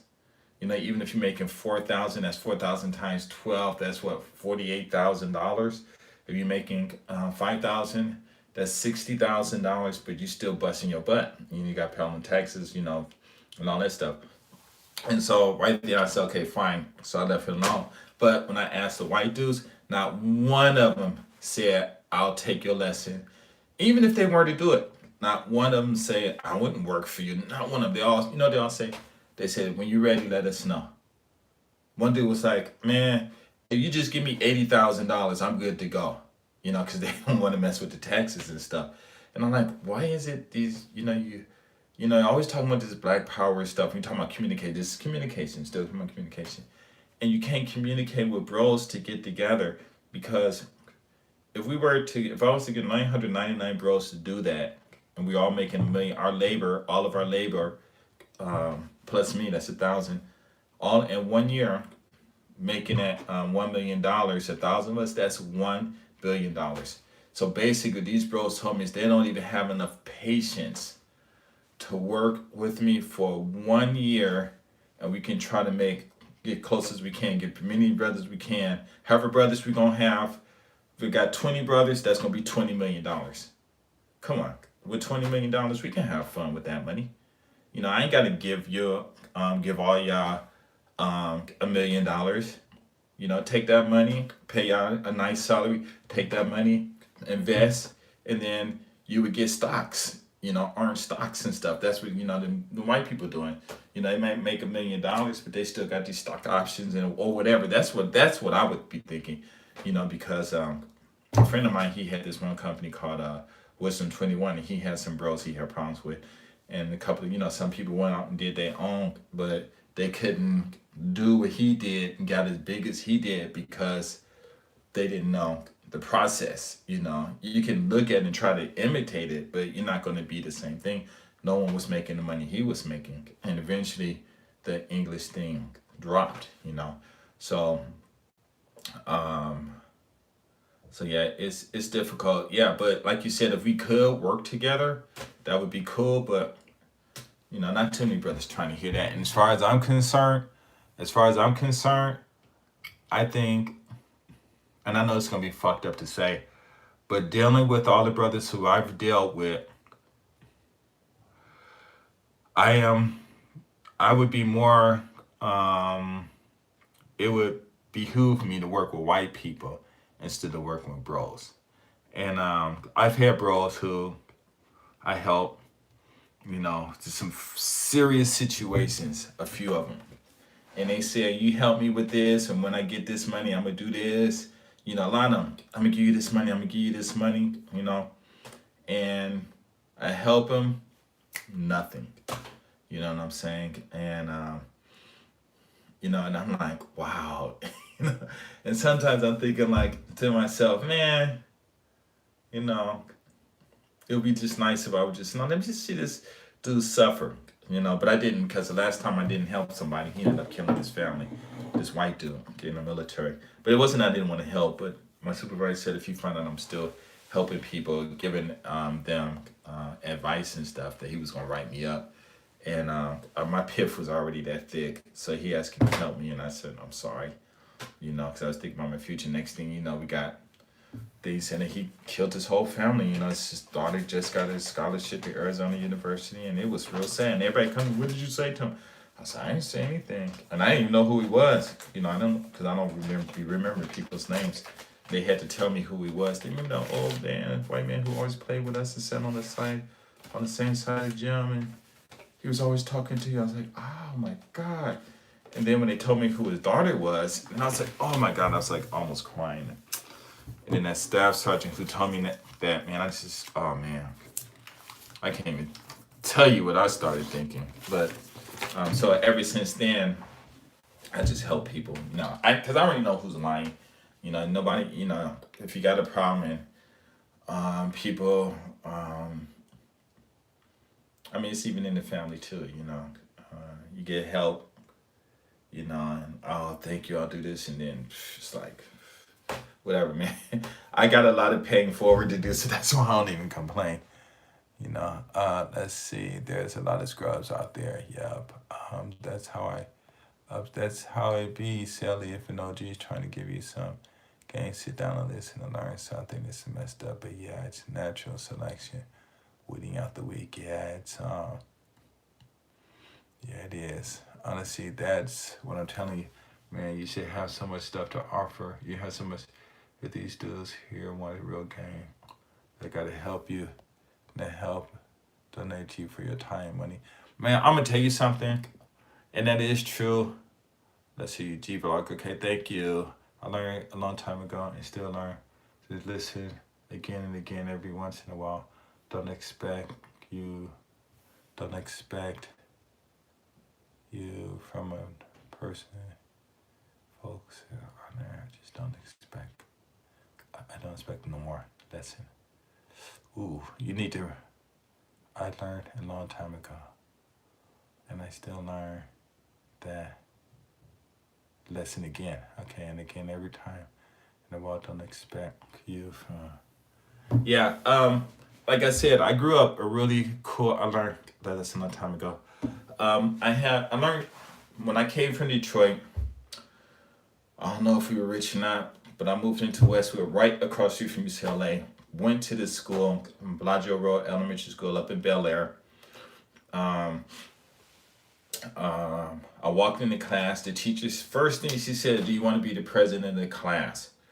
And I didn't know. God told me to say, yeah. I'm telling you, man, a lot of white people were pushing me towards politics. By the way, how can I donate to you? They have this PayPal me, PayPal.me, GS35JPN. GS350JPN. Let me see if I can get on this other phone. Hey, thanks for the donation. But I'm gonna tell you something. Like I said, with that lesson, when this thing is over, I'm gonna I'd like to send you some cash, but if you don't want to send it to the bank. No, I mean here I'm gonna give you this PayPal thing. Yeah, shiny. No. Yeah, I had to cut my hair and stuff. Wait, let me show you this. Oh man, come on. PayPal, PayPal me. So I'm gonna show it on here. Okay. Log ups. Log in. Then use that. Log in. And then it says money pool. I don't think it's gonna be there. So it says paypal.me/JP. I mean, sorry, JP. PayPal.me/GS35JPN. I don't know if you guys can see that, but I'll put in the. I'll try to remember and put it in the in a oh, okay, yeah, I can see the info. Okay. Yeah, I seen the info. What are your thoughts on Satsukon? Man, I have no idea what that means. You gotta translate. Yeah. That's where you can donate. It's actually okay. I can send you my bank info. So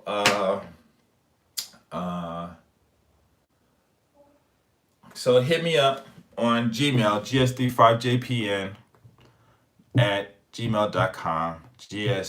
GS350jpn, my name, at Gmail. Tell me who you are, and I will send you that information and stuff. It can be typical to discuss in the future videos. I'd like to hear your thoughts on that. Thoughts on what? Wait. Thoughts on PNG. Thoughts on what? What are your thoughts on Sotsukan? I have no idea what Sotsukan is. Wait, let me. Hey, you don't know, get a dictionary, right? Ignorance is only 5 minutes. Takes 5 minutes to get rid of ignorance. So, Ro, do you still go to clubs? Not now, but toxic in relationships. I have no idea. Let me look it up. Sotsukan. Yeah, I do head up in the clubs. Shoot, man. I have met my friend Ramy. If you, some of you guys might know him. I'm doing Japanese. Ramy, when I walked in, as soon as you walked in, you know what he looks like and stuff.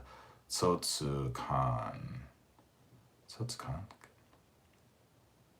Graduate marriage? I have no idea.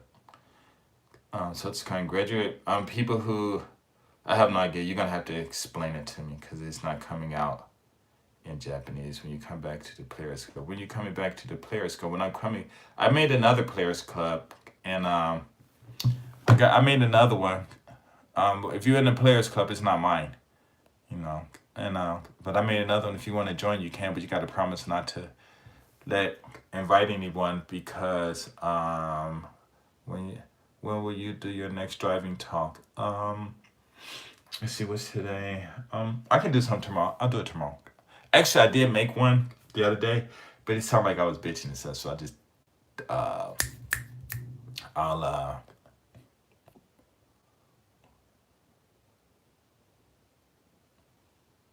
type it. Okay. Let's see. I got a chat. So, nope. So how do I chat on here?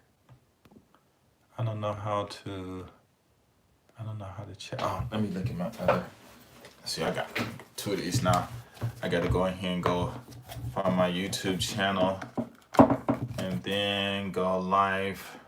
Oh, you guys know something really crazy? My cousin died.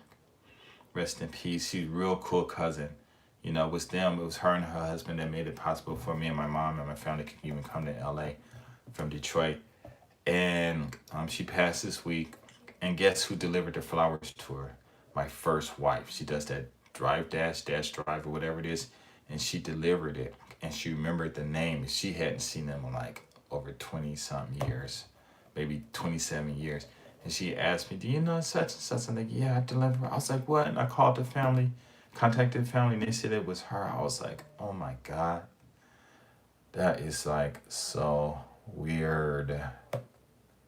YouTube. every now. Yeah, you gotta go for another 30 minutes. I'm gonna hit up. Yeah. I'm gonna be on here for a while. Every now and then they link up for once. Do add me to Line. Okay. I got a new account. It splashed the new in the new PC. Nah. I'm okay. What happened is, yeah, thank you. Um, yeah, I was talking to her oldest daughter today too, and I gotta keep because I used to always go over there and visit the father. They were cool. You know how family is and stuff. Um, oh, okay. So I gotta go on a live thing. Where am I live on here? Oh no, I don't have any notifications that I'm live on this one. Let me see. No, I was on here the other day and it said I was live. Wait, hold on. Just to fit the JP in. Wait, hold on. YouTube, you're live. Okay, there it is. See? I'm going to watch myself. Now I only have.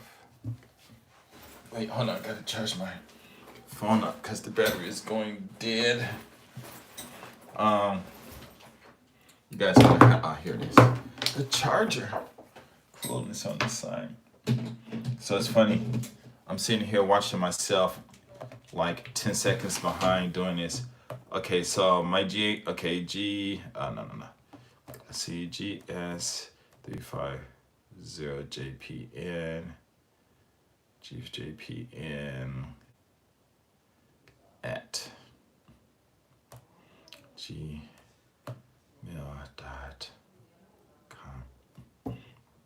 Okay, so that's my email address.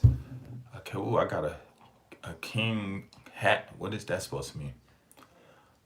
So side note, love the mistake in the business series you did and the maintaining a good relationship with Japanese women. Love the videos.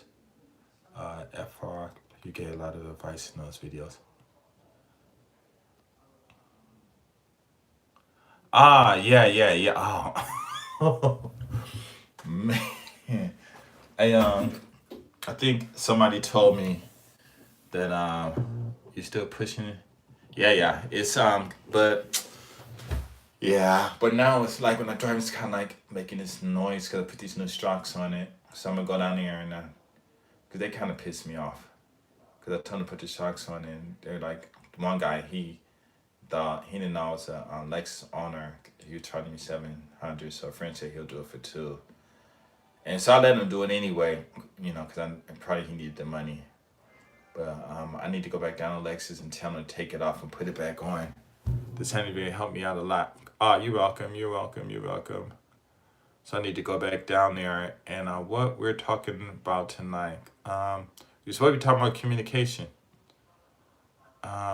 Mistakes in business series. Yeah. Okay. Yeah, okay. Yeah, man. My brother, he got a hold of that. He was going off for me. Man, how can you do that? I'm like, my life just like that. But I was talking about my school. Let me finish that. So, teacher asked if I wanted to be the president. I said no. Then it was a brother sitting right in front of me because I was standing in front of the class. She said, "Who wants to take him around?" I'm the only black kid, in there. I mean, him. He's the only one. I'm just coming from Detroit, all black city, pretty much. Three white dudes in the back jumped up. We'll take him around. We'll take him. All of them lived in Bel Air. From that day on, all my friends were white, and I learned a lot. So when people talk about racism, all the white supremacy and all that stuff, I'm like, that ain't even our problem. Our problem is like a technology. And if you want to get your freedom like you really want, then you're going to have to build more superior technology. And the only way we're going to be able to do that is you got to study math. And black people in math, you ask a black kid to study math and they going to cry. You ask a black man to study math and he going to put a cap in your ass. So I remember I said that a long time in life. I was like, oh, that's cold. But pretty much it's true. But I'm messing around. Let's see. Upgrade a great. I do want to get another car, but that car still looks nice.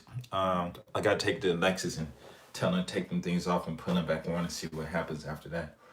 And it drives nice. The only thing is my seats, because I didn't take care of it, so they kind of like tearing and stuff. So I just kind of like put this tape over it. But I need to get some seat covers. But it's still fast. It's still nice. The outside still looks new. Matter of fact, the treasure hunter guy said, was it him? That my car still looks brand new.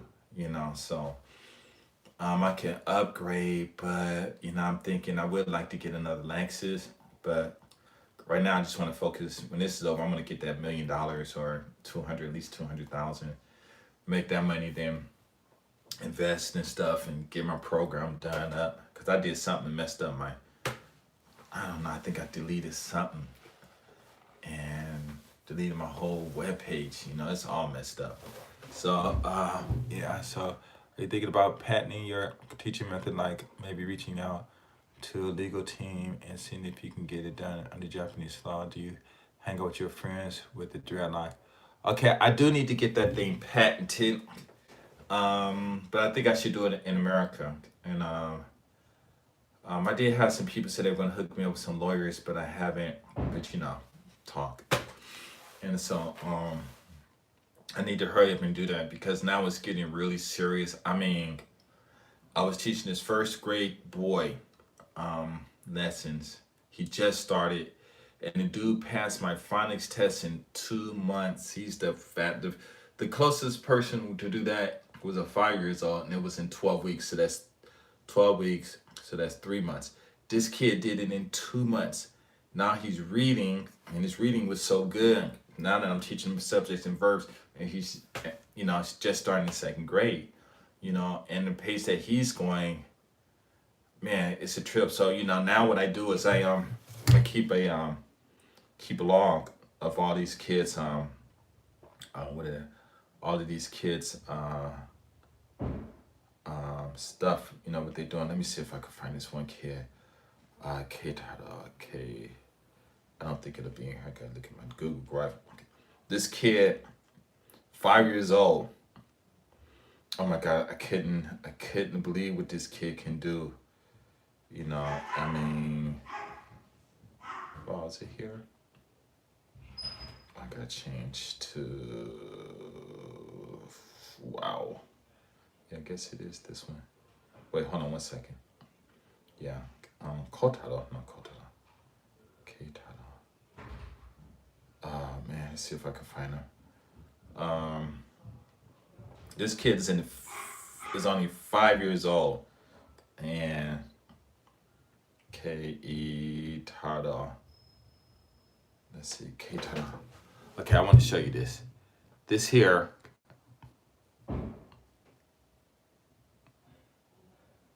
Okay, so I don't know if you guys can see that, but let me see if I can. Oh, you can't see it like that. Anyway, this is maybe you guys can see it. No. I'm looking at this other one. Wait, hold on. Well, I'm not sure if you can see it, but you see he got the word no, and he made all these sentences. That's homework. He's 5 years old doing that. So I really do need to. I really need to go get that because I can get. Man, just imagine, because I'm sure the kids that are 3 years old in the United States, with my phonics program, I probably get them starting reading in like 3 or 4 months. You still married to the girl with. Are you married with a girl on the? Are you married with a girl on the side? I wonder how I should answer that. Kev, bro, huh? Kevin B. Upgrade that. Yeah, I do need to get the patent. Well, in Japan, it's kind of, I mean, whether or not you have a girl on the side or not, women are always coming to you anyway, so, but yeah. So, but anyway, yeah, I do have to help you get that patented because, like I said, the just the finance program I have, I'm sure the 3-year-old kids in the States will probably memorize that and be able to start reading in 3 to 4 months. And you know, if you can get kids in the United States reading at 3 years old, you're gonna make a lot of money. You know, but but you know, start yeah. Then but you know yeah, but you know what comes along with that and stuff. So so anyway, let's get back to communication. Let me see, did I answer any of you guys questions? If you ever thought about patenting, yeah. Yeah. If I deal with the Japanese law, it takes a long time because I did look it up, and because I'm American, it'd be better for me to do it. Okay, you're welcome. You said the Sandy videos helped you out. Cool, cool. Um, yeah, I have to do that. So I'm gonna have to start making some contacts. You know, you still yeah because how can I say that? Because where are the women in Japan so willing to approach? Do you want to know the answer? Daily Graham. Because foreigners are suckers. That's all. Japanese men know how they women are, so they keep them away. You know, the foreign guys come out here and they are, they don't know the Japanese women's way. They think the Japanese women are simping and, not simping, but submissive. But these women love sex. They want sex, and they can't get it from their men, so they know they can get it from the. They want it. They know it's easier to get sex from the what is that called? From the foreign guy.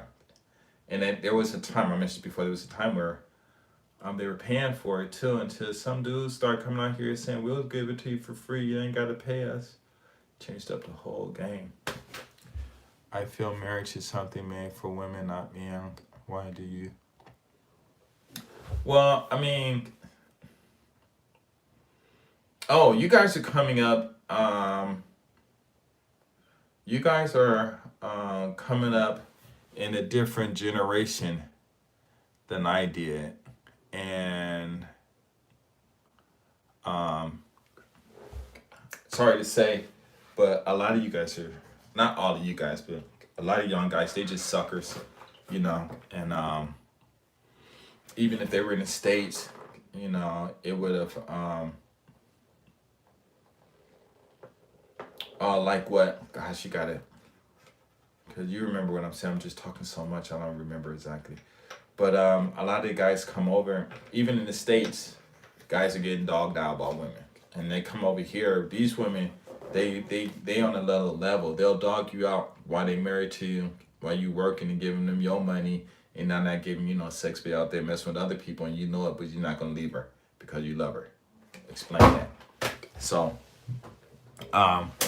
that's their game. In the States, the stuff that these guys are going, I ask a lot of bros, white dudes too, whoever, I say, yo, if you was back in your country and your woman was doing that to you, would you still be with her? And I'll break out laughing. I'm like, Ben, because you're Christian. You got it, why? What is your best experience communicating with other foreigners? And what's your worst experience?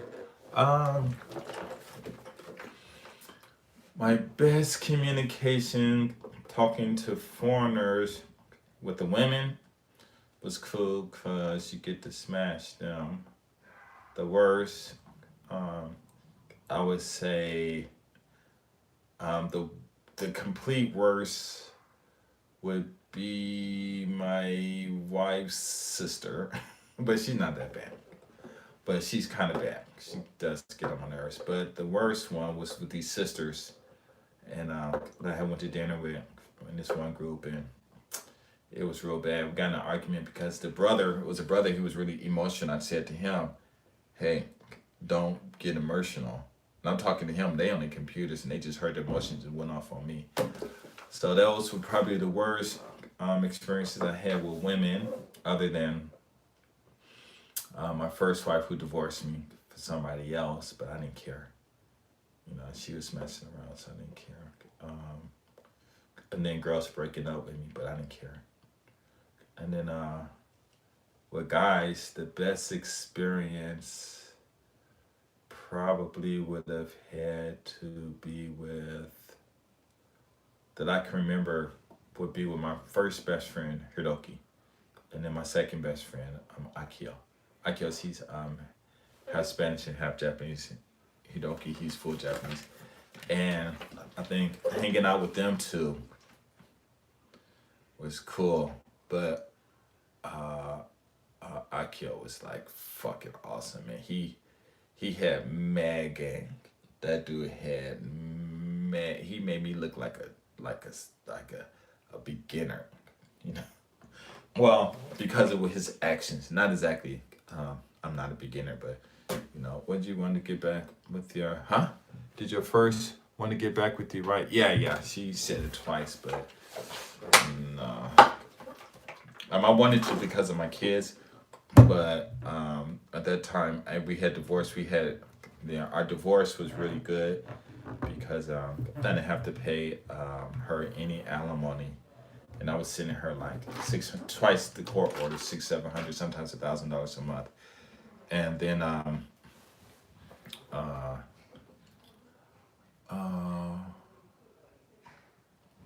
so I almost thought about it because I was going to divorce my first Japanese wife and go back, but I said, no, if I go back and she's you know, listens too much to them sisters she's hanging out with, they're probably enough to have me tossed in jail. So so I said, no, it's okay. But I sent money to my kids, but you know how that goes.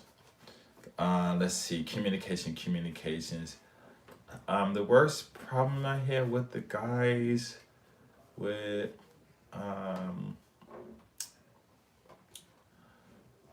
oh man, I had a lot of confrontations.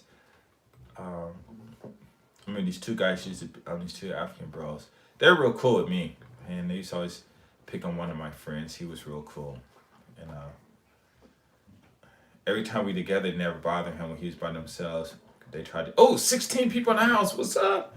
And so they tried to jump him. So when I found out, I went over to him and just told him chill out, you know, and they chilled out. But we still all good friends though.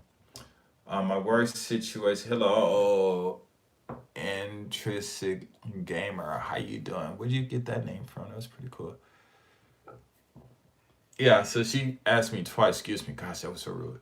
She asked me twice to marry her again, but I was like, no, because even if I would have went back, because I was just sending money, so you know, going back, where would I stay, you know, and what would happen even if we did were to get married again, what was going to happen, and I mean, it wasn't like I didn't want to do it, but I was just thinking about, because she's cool, but actually I have no problems with her, you know. But it wasn't her. It was just the influence around her, you know. Because, like I said in my other videos, if her mother wouldn't have paid for the divorce, we would have never gotten divorced. And you know, she was out there doing her thing.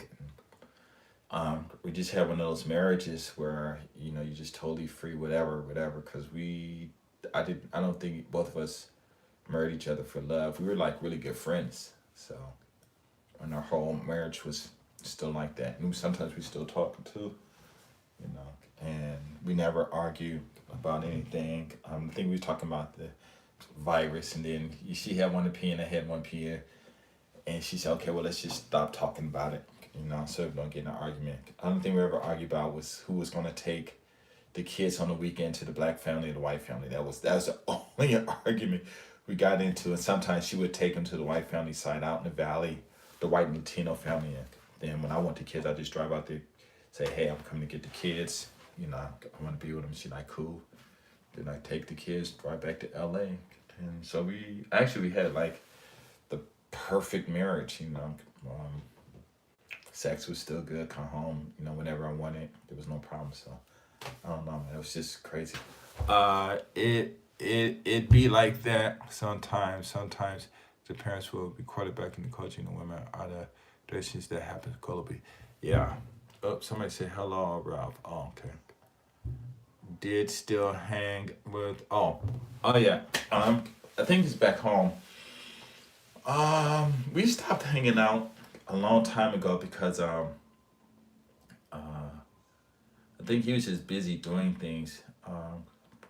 Most of our videos we made was because when he lived in this different part of the country. I used to always go there. My wife would go there, so I would go there and she go do her thing. I go visit him and hang out with him. When he was out here, when he had time, he called me, and so I go pick him up and we just hang out. I don't think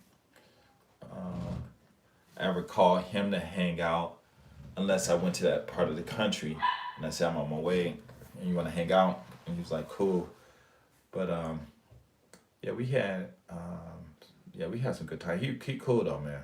He real cool. We had a couple of fallouts, later on. It's some funny stuff. I was laughing, but um, but if you guys watch the videos, you guys would know what that's all about. But he's cool. I have no man. I like him. He real cool dude. Real cool dude. I um just wish he would have maybe made a little more attempts to talk to women when we were together, and I mean really just talk to them and stuff, because that would have made it a whole lot fun. Now he did talk to women, but I mean like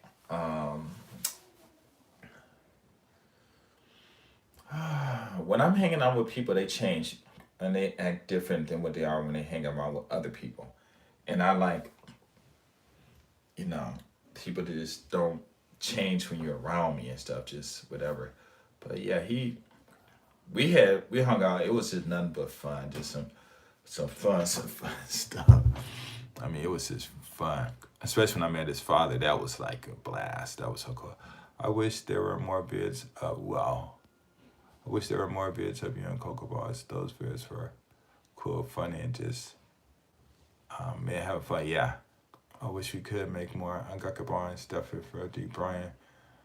Yeah, I met him, Stephen, way before he met those books. He made that book. He said I was the first African American he met out here. He was real cool. Why would people change if they hang out with you? I don't know, man. But yeah, Stephen was cool. We hung out, and he kept in touch with me a lot. I mean, a lot. We had a lot of fun. I mean, playing on the new team. I mean, playing on a new team, you gotta find your wave. I mean, playing like LeBron, you can't play as aggressive. Playing with Jason Kidd, be as aggressive as all you want. Okay, so that probably went over my head. I mean, metaphorically. Um, would you have to? Would I had met Cocoa Boss years ago, and but we met on the streets. He was with his honey. I rolled up on him. Yo, what's up? What up, blah? Let's trade numbers. That's it. But we didn't start hanging out. But he started watching my videos, and there was this one comment I said, and I think that's what really made that connection. I said, if a woman ever uh, rejects you or break up with you, say no. If every woman say no to you, man, get on your knees, pray to the Lord, thank the Lord, because He just saved you from multitudes of problems. Because when a woman says no to you, that's a whole bunch of problems you will not have to deal with. So after that, we really started hanging out and just doing a lot of stuff. He's real cool. Um, Go to picnics and stuff. But like me, I'm the type of person where I can go out and I'm not trying to take charge. I'm just sitting there, just chilling. And if a girl come, I'll just divert them to some of my friends. And then once you guys get like 10 women on your shoulders, then I'm like, all right, I'm gone. And I have like 1,000 women following me out the club. So that's how I am. I gotta let y'all. I mean, not let y'all, but I let whoever I'm hang out with. I gotta let them shine first. Because if I go in the club and I'm walking out with, 10, 20, 30, 40, 50,000, 2,000 women, and y'all be standing there and no women in the club except for the DJs, the female DJs, and then y'all be all mad at me. So I gotta let whoever I hang around, let them shine. You know how I always tell my little brothers, they get all mad. I'm like, well, the big brother gotta let you shine sometimes. If a guy's good dancer and needs the whole dance floor, but Michael Jackson walks in, he's taking a step back and giving Michael Jackson the floor to do his thing. Maybe it's something like that. I don't know, cause like my wife's mom, when I had bought my Lexus, I went up to this English seminar, expo or seminar or something, and I had a black suit, this pink shirt, kind of like dark pink shirt or something, I forget the color. And I pulled up in the car, jumped out, walked in. That's the first time, because I'm dressing like this all the time. I'm literally, when I go to clubs, most of the time I'm dressing like this, And sometimes I might have a nice shirt. Sometimes I might have my I don't need to show you. You guys probably know what it is. My nice watch or something. But most of the time I'm just dressing regular. And when I came in that suit, she came over there and put her arm in me. You know how they hold me? If you dress like that more, if you always wear a suit, I'll date you. And I'm like, why did her mom say something like that? That was weird. How is the guy from the Starbucks? I have no idea. He did well, made some money, but he just made a mistake messing with the woman. I told him not to. And I ran into him once, and he had went through some problems, but he's in New York now, I'm sure. And I'm sure he's doing well, because he was not by any means dumb. There's this site on there, and it kind of looks like a site that he made, and it was made many years ago, like when we first met. So I'm thinking it might be his, but a lot of people. I'll tell you this. This is how it is for me. I meet a lot of people, and a lot of people are cool, but they're cool because of what they can get from me, and then when they get to whatever it is that they want from me, then they bounce. And so those are what a lot of people I meet, they're like that. But it's cool because thank you for motivating me to college. Oh, Terry Collins, all cool. You're welcome. I'm about to finish my associate's degree. Cool. In the summer, do you believe that we need bachelors before coming to? No. To get a visa from the consulate, not the consulate, from immigration, you just need to have a school that's gonna hire you, and you have to have a minimum of an AA degree or some type of a skill, singing or something like that, or some kind of 2-year equivalent. So you get that AA, congratulations, yeah. And just come out here and get you a job, and you're good to go. A girl got him sent back to the States. Got who? Nah, I don't think so. He didn't get deported. You talking about Guy Cocoa Boss? I don't think so. Logging with email. I don't think so. So I got my Patreon, but I never set it up.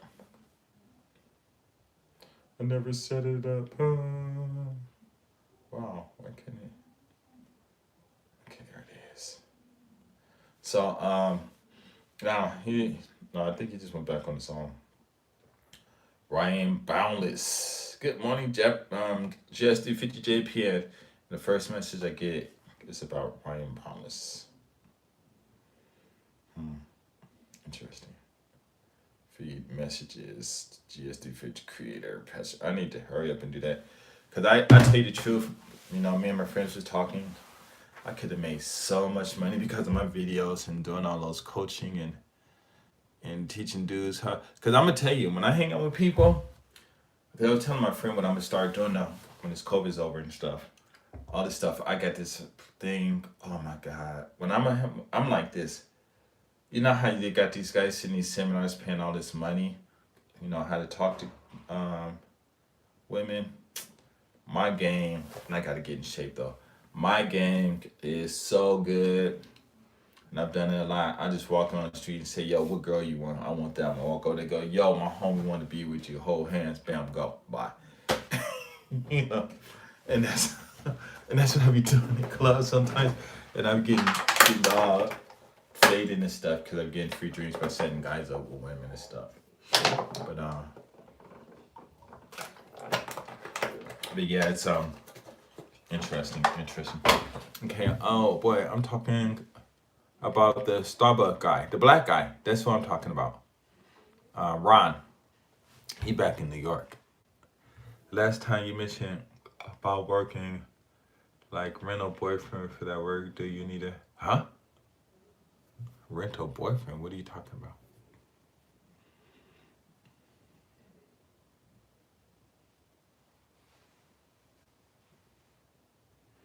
I don't know. That rental boyfriend, I thought Japanese people were doing that.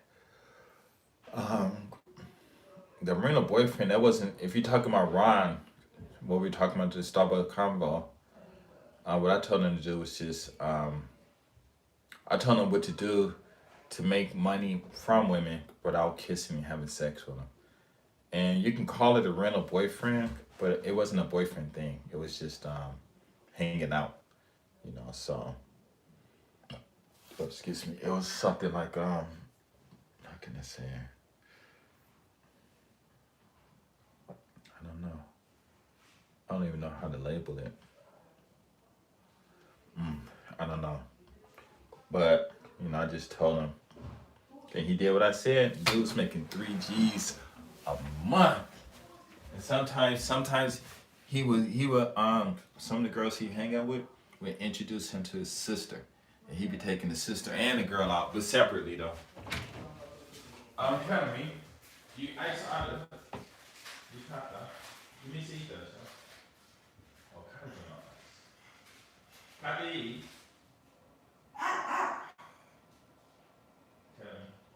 And I have your ice. And I have ice how she. Hold it. You may probably did it, no? No, and that's not you might probably did it. Hold on. Let's see.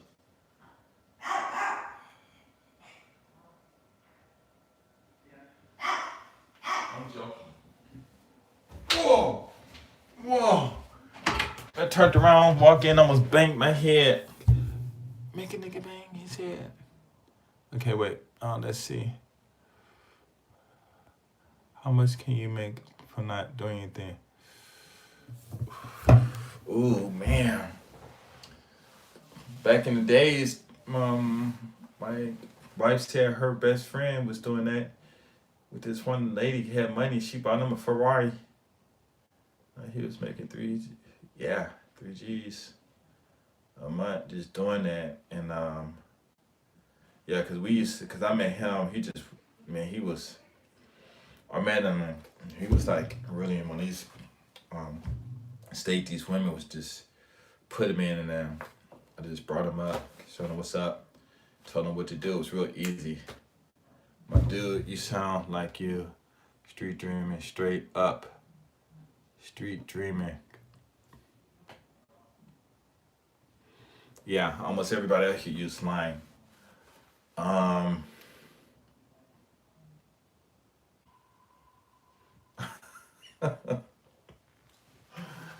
And y'all know how much it's in my videos. You got to go back because somebody kept complaining to me about giving up too many gems and not getting paid for it. And so I'm like, I don't know, but yeah, I just told him what to do. It was really easy, and I even told one of his other bro, he out from Chicago, he's one tall, dark skinned dude, about that too. And he didn't believe it, but one day he tried it, and the girl said, "Okay," gave him $50 just to hang out with him. It was crazy. He said, "Oh my God, I couldn't believe it." But yeah, it's like this, man. It's like when Jesus in the Bible, he's son of God, but women walking up and kissing on him, so I'm not sure. Thanks for the game. You're welcome. And yeah, let's be nice on here. Okay. Let's be nice, please. I don't want to be like my line group. I just deleted a whole bunch of times because guys. Yeah. I mean, you know what it is. There's some guys who got game, some guys don't. You know what I'm saying? And fortunate for me, you know, I understood the game when I was 17 years old.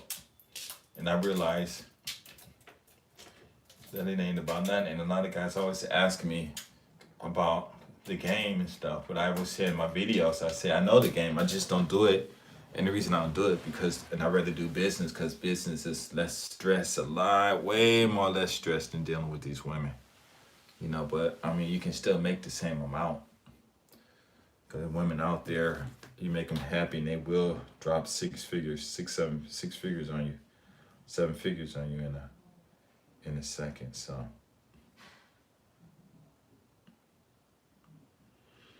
wow, new message. I gotta see how this thing works. Oh, I got 3 memberships. Oh no, yeah, I gotta start doing this.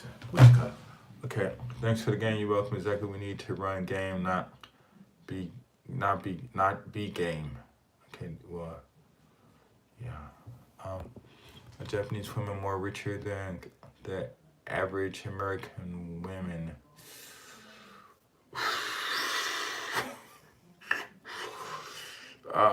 Let me think. I don't know. You can do statistics, because I remember back in the days, Japanese women, when they were doing Forex, they were making millions. And I know for darn sure there weren't that many American women doing that.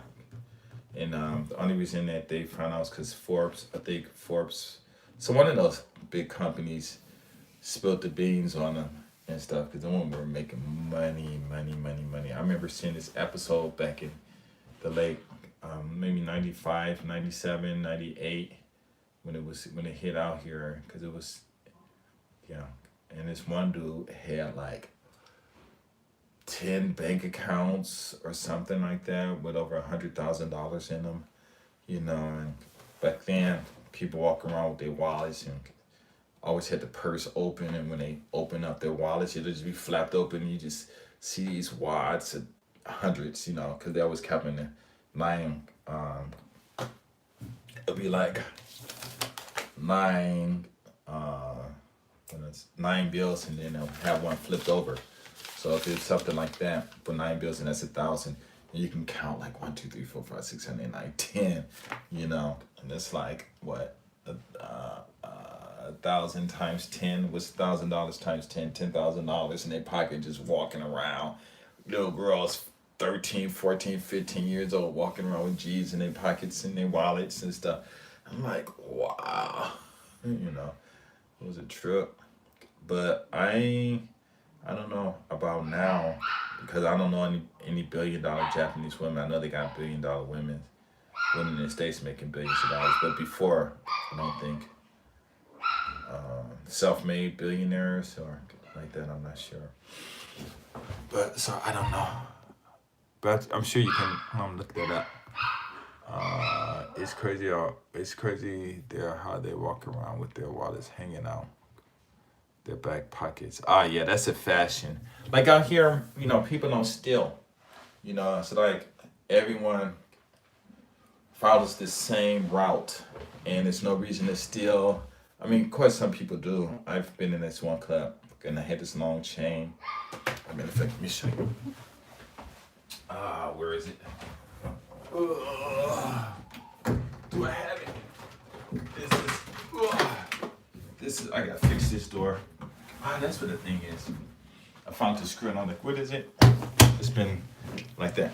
Okay, so this is my personal silver box. All of this stuff is real silver. This is my stamp, my business. I forgot what that's about. I used to make I used to make these things for? I used to make something with them. Beads and stuff. Let me see, beads and stuff. This is my old Louis Vuitton thing. I don't know how old this is. Or did my wife give it to me a long time ago? Louis Vuitton pencil case, but I mean key holder. I never even use it. Matter of fact, I forgot it was in there. I used to sell these in Nagoya. I used to sell these for like, I buy the parts. Oh, this string, this here, those parts, put them together, K-tie straps, and I would sell these for like $48, and they would just sell like crazy. These here, something like this, you can sell for like over $100. Then this K-tie strap. Well, I would sell this for 48. The other one for 48. Then got a bunch of rings. I got all kinds of stuff. Got this stuff here. This is. Oh, I'm glad I found this because I need to wear this. So this is my. So I wear these together. So I just always wear this in club. And this is my. All this is silver. It's all real. It's really heavy too. This is my my chain that I put. Which part did I put it on? I think I put it on this one. I put it on this one, and I put on this. So when I go to club, sometimes I wear that. This is my favorite one. This here, and I wear this one on this hand. And then I got all kinds of stuff, more chains. I got, here's a pendant. Cause what I was gonna do, bling bling, cause what I was gonna do is start selling these, giving presents and stuff away and sending them to you guys. But then I got to think, I'm like, oh man, this is my personal collection. So here's my wallet chain holder. Let me, cause I used to have a lot of stuff. Whoa. So where is my, whoa, my God. This is my Gucci watch. I just dropped it. Whew, good thing that thing wasn't open, boy. Cracked the face. So here, this is, what's this?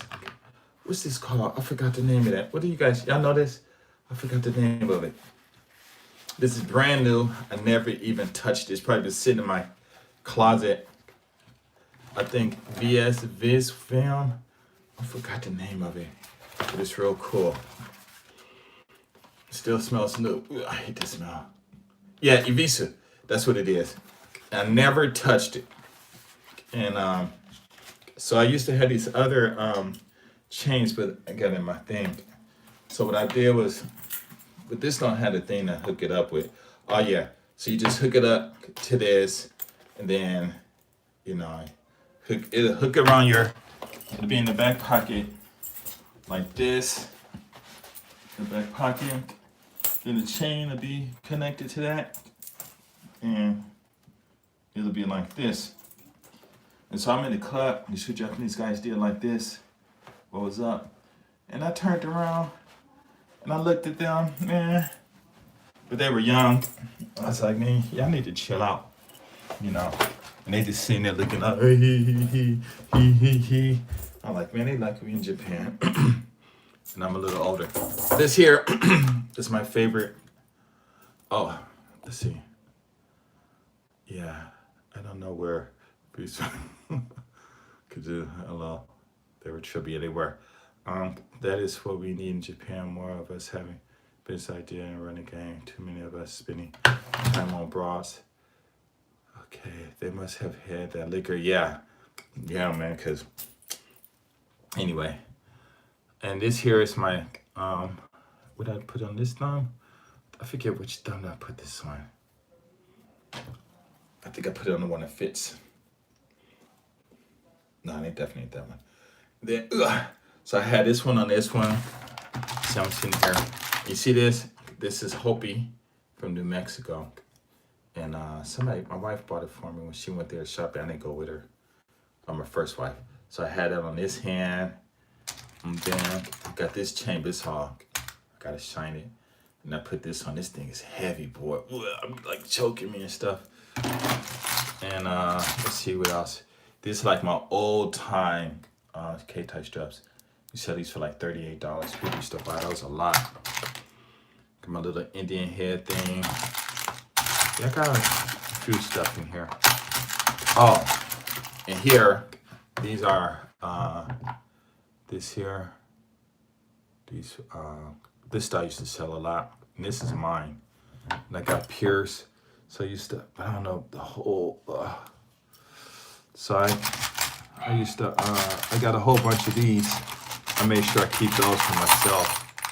I got some big ones and small ones. Let's see. Anything else of importance is in here. Look at this. Talking about communication, right? You guys have any questions, go ahead and ask, because I don't have anything to do.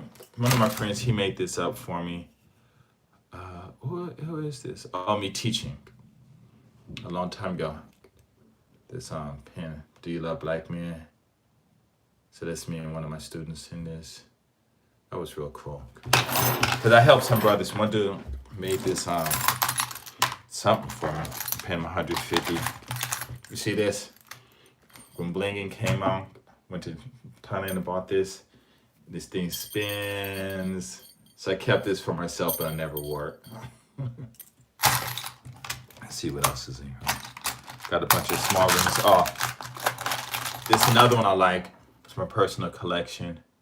So I always keep that on this finger here, but I gotta make it bigger because I got it in one of those ring measures. So I gotta pound it out. And here's another key holder. The skull. These used to sell a lot. You probably sell that for like $250 back then. I don't know how much it would go for now.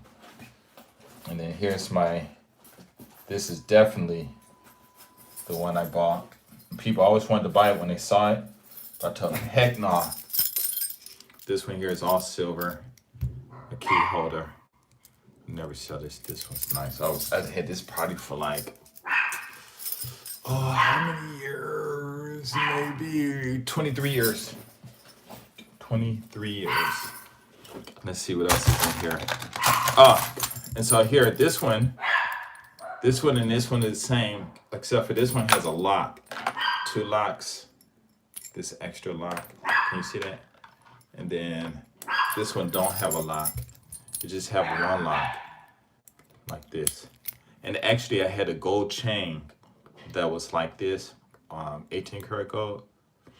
And it was like 100 grams. But I gave it back to my first wife like a fool. Gosh, I shouldn't have did that. I don't know why I did that. But even when I broke up one of my girls who live up in Waxhaw, in the Nicholson Gardens, I left my jewelry over there and let her keep it. I don't know why I do that stuff. And see, anything else in here? I like this. I used to always wear that. They got a lot of money from Thailand. They just Thai. Oh, that's American dollar. Let's see, this a baht. Huh? What is that? That's Japanese money or Chinese money. I don't know what that is. It's 500 something. Might be Korean money. And then one of my friends, he made these for me. He said he said I should use these to get girls to do the Do You Love Black Men videos. But I said, nah, I didn't need that. And these here are awesome. These here, really cool. And I used to make these keychain straps with these. And then I also make some glass straps with them and stuff. I made some really cool stuff. Like this here is silver. And then you got this here. So I'd use this with, where's that thing at? So I'm giving you a tour of my stuff. You gotta ask me, what is he doing? He's supposed to be talking. But you guys gotta answer questions, ask me something. So here, telling you this shit real though. I got a bunch of stuff, man, over here. So anyway, put this on here, put this in here, and pull this down. Oh man, is it even? Please let it be a little even. Yes, okay, it's good enough. And there it is. And then I take this and put it around my neck and tie it a couple of times. Ouch, dang man. That big old ring is stabbing me in the back of my neck. Anyway, I tried it on a couple of times. Then sometimes I'll wear this hanging in the back or have it hanging in the front. So I just keep it hanging in the front like that. It's like in a real cool style. Yeah. Wait, hold on. Okay. But I'll do it here and tie it a couple of times. They have it hanging like that. Walking out, it should be looking cool because nobody does anything like this and stuff. You know. Then I got this here, goes around my neck. But I hardly ever wear that. And other than that, that's about it. I got a quarter. I got a lot of American money. And that's it. Oh, and then these here. And here's the smaller version. I got probably like, I don't know how many pieces of gold, what is this called? Pierce. I just got bags and bags of silver earrings. And this here too. So I got all, but this is just this. This is my personal collection. And I use these to make something. Oh, I use these for the K-Stop straps. But I was in LA, I was at the beach selling stuff, and this one lady from Oregon, I never saw these before. She gave me a business card and said she wanted to do business with me and called her in like 3 days, she'll be home. Freaking lost the card, man. Can you do that? Lost the business card, man, because I would have had, that would have been a market, because at that time there weren't too many people going to Thailand buying silver. But anyway, you guys have any other questions? They must have had that liquid courage, yeah. So other than that, man, I mean, you know, dealing with the women, the business. Wait, let me shake up one more thing.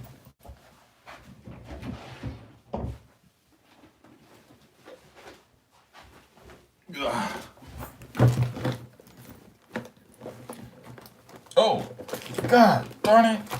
I forgot my other collection.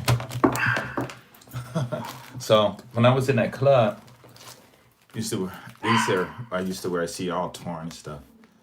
But I used to have these and these here. And back in the day, so I used to sell this.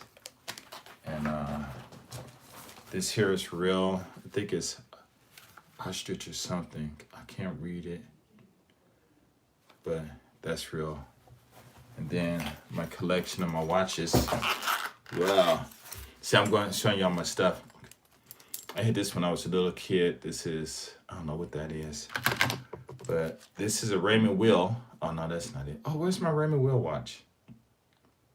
This definitely ain't it. My Citizens, first bought that. I was like 20. I still got it. Them, you know, the original Swatch watches. Still got that. But I have a Raymond Will watch, 18 karat gold. I don't know where that sucker is. I have stuff all around. I wonder if I gave it to somebody.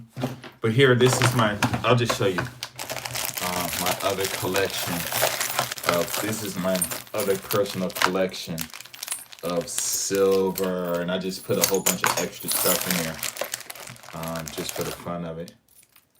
This little chain, it's real cool. But sometimes I'll just carry this. This one, it's like the other one, but this one is longer. This is the one that I used to wear a lot. Sitting here getting y'all a fashion show, huh? So people are like, oh, you didn't used to sell jewelry in Japan? I'm like, shit, man. See, now wouldn't that be cool? Just walk around Japan. Had this down a little lower. Had this down a little lower. Be my little lower. Be my little fashion for the day. I used to always wear this. That was real cool. And in here, another one of those chain things. I had this. Yeah, I have a lot of stuff, boy. But all of this silver. All kinds of stuff in here. And this is mine. Oh, no, this is not my personal collection. This is what I used to go to the flea markets. And I used to take this box. Oh, this sucker heavy. All silver. And play it out. I make like anywhere from $500 to $900, you know, when I go out there and stuff. It's crazy, man. But yeah, this is the stuff I used to sit out and sell. Here, I forgot what this is called. This stone, you get it from India, and it has gold in it. It has gold in it, and the more gold in it has, the more you can sell it for. But I don't know how much. Here are these Pierce. These are marijuana Pierce earrings. So it's probably like 20 pair in there. So you sell one pair for like $5 or $3. You know, women love that. Little kids love that. Wow.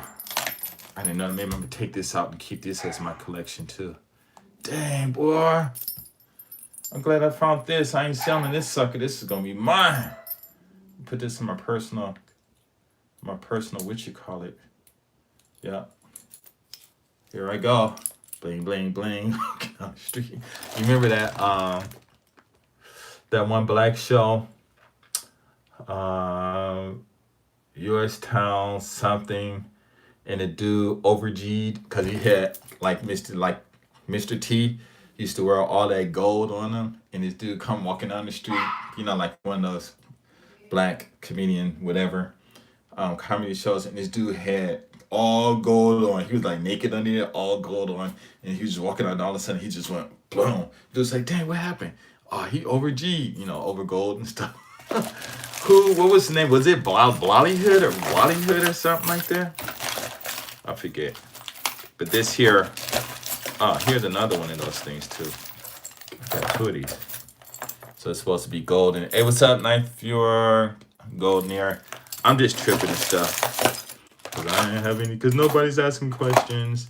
This is cool. This is an Egyptian pendant. I don't have my cloth to shine this up. I don't know where I put it at. But this is it. And I had this one big old Egyptian medallion of the Sphinx. And somebody told me, when I was selling on the beach, the dude said, this is in Japan, he wanted it, and I told him it wasn't for sale. And he had already bought like $400 worth of jewelry. And he did just like this. I ain't lying. He did like this. If you take your stuff. If you won't sell that pendant to me, then yeah, I'm not buying anything. Man, I had to get that thing up for like $150, man. I was like, give me 200. He said, no, 150. I was like, cool. But that one sale, I think I made like, this is on the beach, right? There's one sale I made like maybe $450. But, you know, go to Thailand and order another one. It's only like $5 or something like that. It's crazy, man. I shouldn't have told you that. I need to find another big chain to put on this one because this stuff is heavy though. I should walk around tomorrow because I'm not, do I work tomorrow? Yeah, I work. Maybe go right because sometimes I ride my bike with all my jewelry on. Wow, money just flying all over the place. Yeah, man. All these chains here. I'll get one of these chains.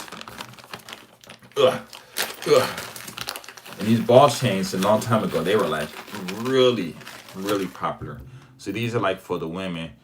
So you can sell this for like $38 and then add a pendant to it. Add a pendant to it like, oh, this is really cute.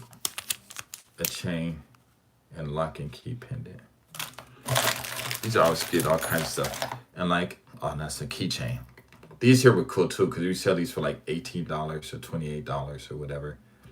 And because they're light, so the light ones sold easily, really easy. And if you go to thick ones, like the one I have around my neck, or I want a head around my neck, make sure I put it back in my private collection. Look at all this stuff sticking together. This is pretty cool too. This chain. But like this one here could sell anywhere from like $48. And then this here for like $38 for women. And then you add a little pendant.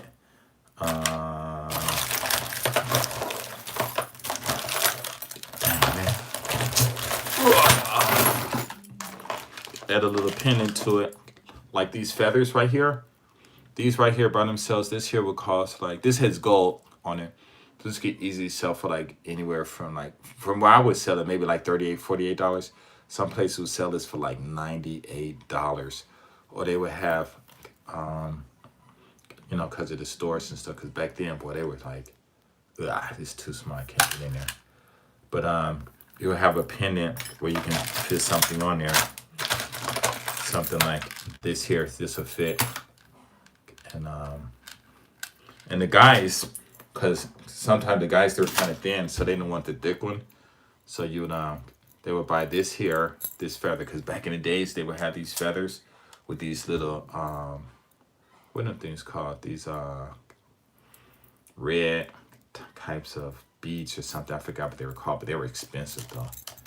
And you have this together like this. I know I'm gonna quit doing this because I know it's boring you, but I'm getting excited because it's reminding me back in my days in Nagoya when they used to sell this stuff. And guys would, because they didn't want a heavy one, so you could probably end up selling this for like $68 to $98 or $100, whatever, you know, because they're not going to get it anywhere else. So yeah, I got a whole bunch of those. And these here are real cool too. These really sold. One of this right here by itself is like $48. You know, I don't know what the heck this is. This here, pendants like that, all kinds of stuff. And then here, back in the day, so you used to have these bells. These bells. This one doesn't work, but the bigger ones. Oh man, I wish I had a bigger one. Ooh, I found another one of these. I'm gonna put this on my personal things because I want to keep on. Oh man, I got another chain. But it's a little brush. I gotta shine it up. You know, but I don't think this will fit around my wrist. Does it? Does it? Does it? Can it? Can it? Can it? And they got those triple locks on it. Two on this side and this. They go like this. Bing. Probably easily sell this for like $150, $200, just depending on who wants it. You know, so that was real cool. But Nagoya was like, they got this big old thing. See anything else in here of interest? Then I'm gonna put this away because I know y'all don't want to hear me talking about this. Oh, so that's what it was. This here is a dog chain, and a dog chain.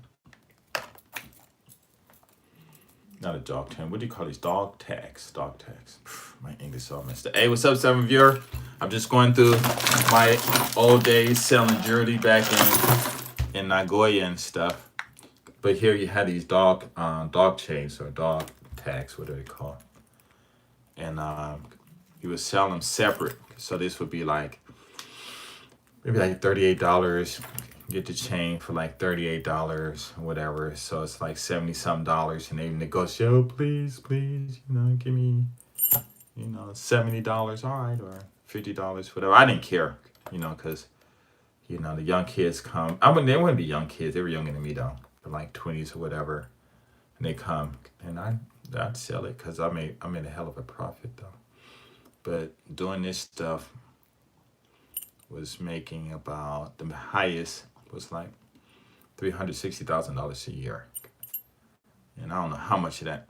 Then I was doing some other stuff, and it was all to like 450,000, 480,000 a year, but I couldn't touch the money because I didn't touch the money. She controlled all that. I just went on, got the business, and then we divorced. How much you want? I'm like, you keep it. But we used to sell these a lot. And these dog tags. Oh my God, they used to, back in those days, they used to sell like crazy. So a lot of people couldn't always travel to Thailand. So I would travel to Thailand and get them, and we have customers that go sell it to wholesale and stuff. And any dog tags we had, the first person would try to buy them all because they would sell out like real quick. This is these little chains with the feathers still on there. These feathers, man, this brings back some good memories. Okay, give me about 2 minutes and then I'm done. Then you have this dog tail, you know, with that design in it. And then the feather bracelet. Give me a couple minutes. So if there's anything else in here. Oh, what in the world? Here's another bracelet. because I was gonna keep this, but I think it's too small for me. But I like the clasps, you know. So that was real cool. Got these here used to be really popular. Girls used to love those. Let's see. Yeah. I never got to sell this. I tried to. Well, I sold a couple of them. These were like, I would sell like $98 because this is like just all silver, but this is heavy. Heavy. Okay, so that's it. Here, I just sold it like that. And they said, well, why don't you close it? I'm like, no, you just find something to hang it from there and close it yourself. And what I would do is I would have just the string like this. It would just be the string. And people would come and, like, let's say if they wanted a case tie strap like this. No, that's too small. I can't get the hole. Like if they wanted a case tie strap with this pendant. So if they want it with this pendant, I think I can get it in there.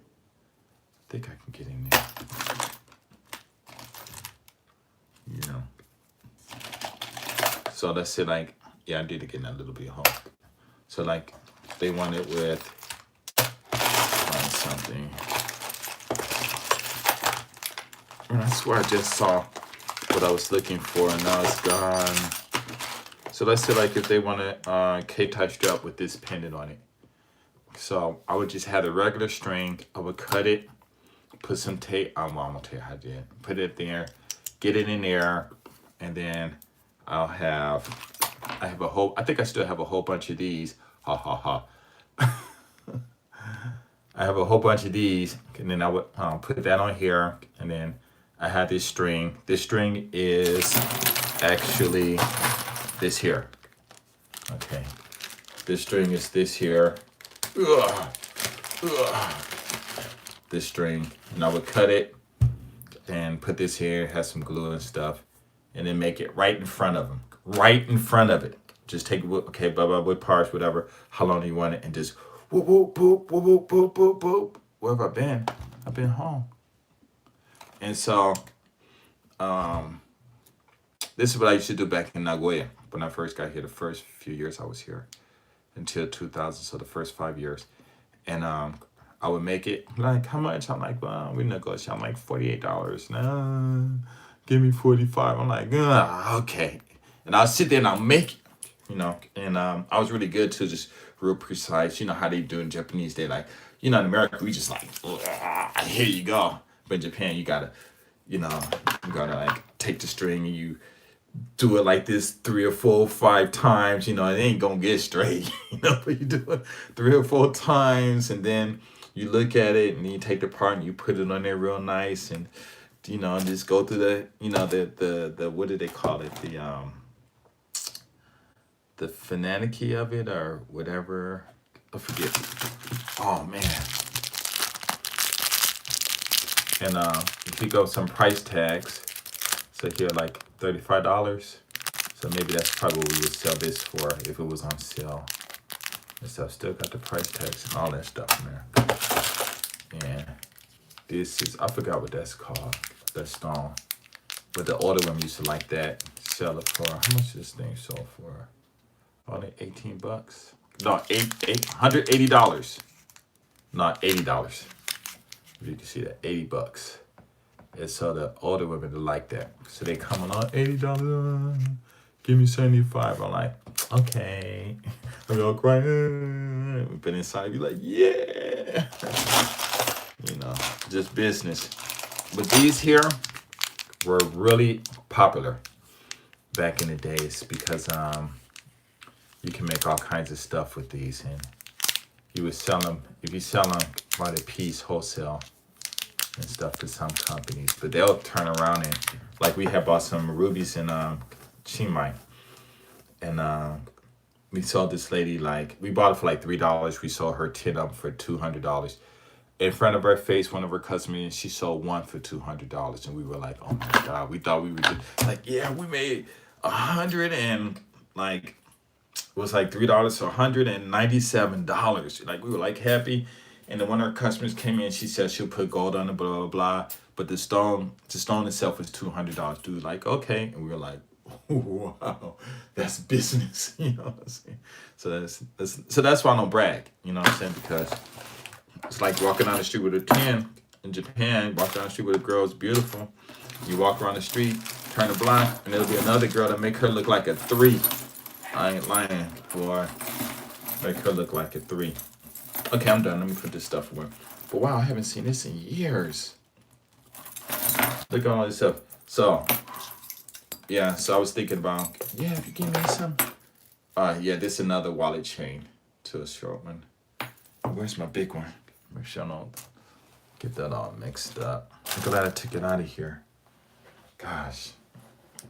But yeah, a lot of people wanted me to sell it.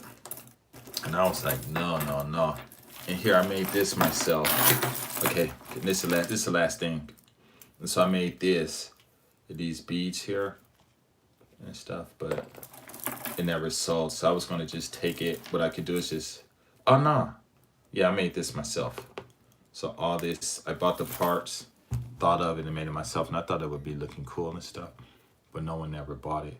So each of these beads here, you can sell individually out here for maybe like $5, you know, and people just make their own thing. So it's all cool. But anyway, I'm done talking about that. Let me get back to the women, because I know that's what you guys want to hear. You don't want to hear GSD50 JPN talking about making money. So you guys know how to make your own. Oh, dang, he got another one. Oh, man. I didn't even know I had all these.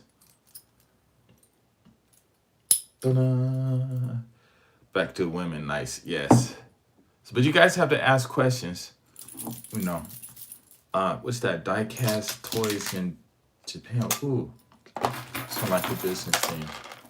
I think I'm gonna keep this one too. Keep it on my iPhone. Okay, so what's up, guys? Anything you guys wanna talk about? So get back to the women. So yeah, we're talking about communication. So when you're walking down the street and you see a woman that you like, I ask y'all a question, nobody didn't even answer. What do you say to him? What do you say? You're standing next to a girl and she's pretty. What do you say? Now I'm gonna tell this story. GSD50, what's the most What's the most you may make in jewelry altogether in 1 year? Just your jewelry itself, $360,000 in a year. Have you ever heard the term Manhada, as in Manhada women? Manhada. I don't know. What that mean? Harassment? Is that what you're talking about? All these chains, all this money sitting up in here, just not even being sold. You know, be like they do in New York. The chains, would you like to have a silver chain?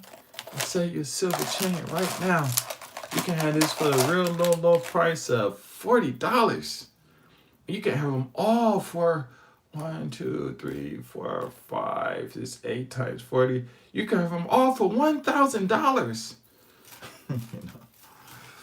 But that's nice. That's real nice. Yeah. And before we got divorced, I told her I wanted to, because you know, in Japan they had the convenience stores that sell all these other products, right? I think I was the first one to start selling non-edible foods, like I don't know. I don't think it's made in hand. It's all Thai silver. 920. Yeah, it's like what I guess states you call it sterling. Here is 9 Q Nigo. So it's like 92%. 99.92.5% all silver. This is my what you call it? So I'm gonna definitely keep this over here so I don't fuck around and get happy and walking down the street and say, here, my friend, you can have all of this and have all my personal stuff in there. Have to find it, take it back. But man, like these little piers here, I got all kinds of piers. But yeah, it was some good money, you know. No, it's not handmade. Manhara. I think you mean manhara. Is that like sexual harassment or something? I forget. I think it does sound familiar. But listen, no, I mean, did you ever make the sales hand to hand, or was it?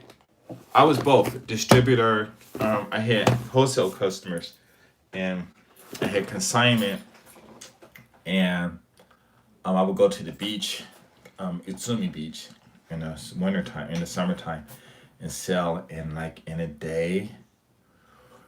I think the most I made in a couple of hours for like $900. you know, it was, but it was like I'm not gonna tell you how I did it, but it was legit. But it was just really whatever. And sometimes people call you, hey, come sit with us. Bunch of girls or guys call you, hey, can you drink? Be off drunk. I was like, whoa.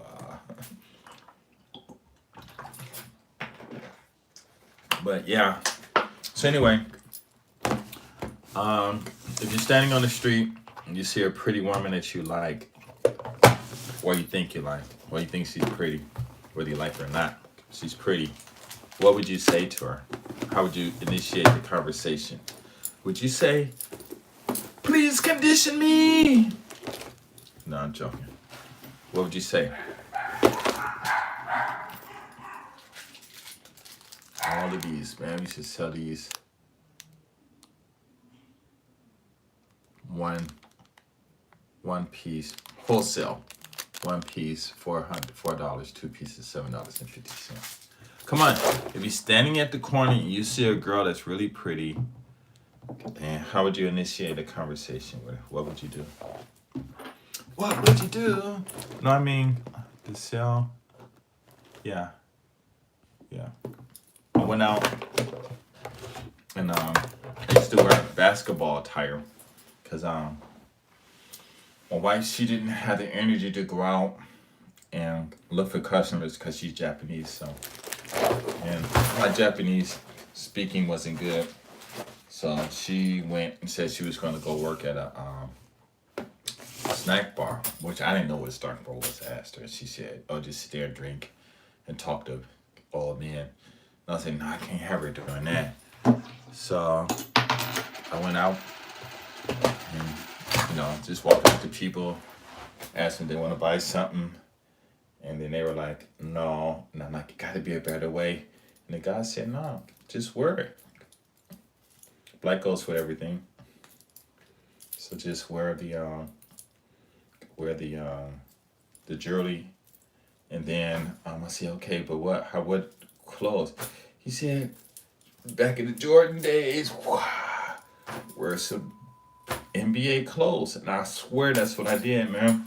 I had my white tee, I had my jersey, whatever it was, I don't know, Bulls, whatever, I don't know if it's Bulls, whatever. Had my shorts that went down to the knees.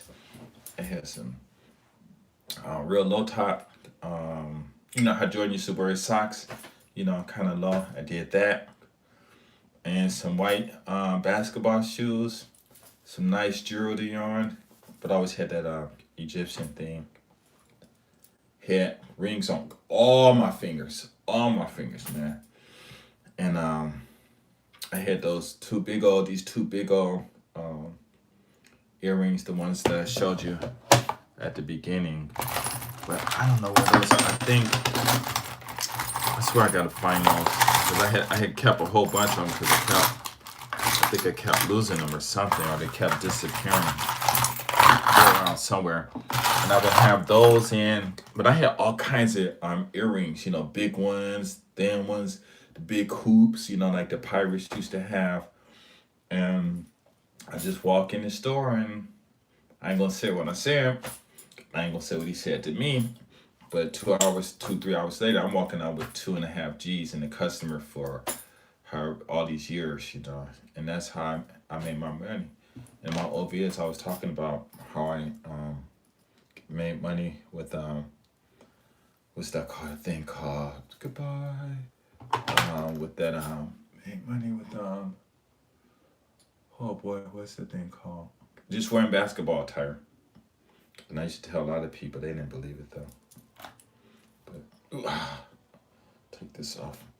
So what's up? Oh, so nobody, come on. Wait, somebody said get back to the women. Wait, no, who said that? Me and Hara. So you gotta explain to me what it is. 14 thumbs up, I'm happy.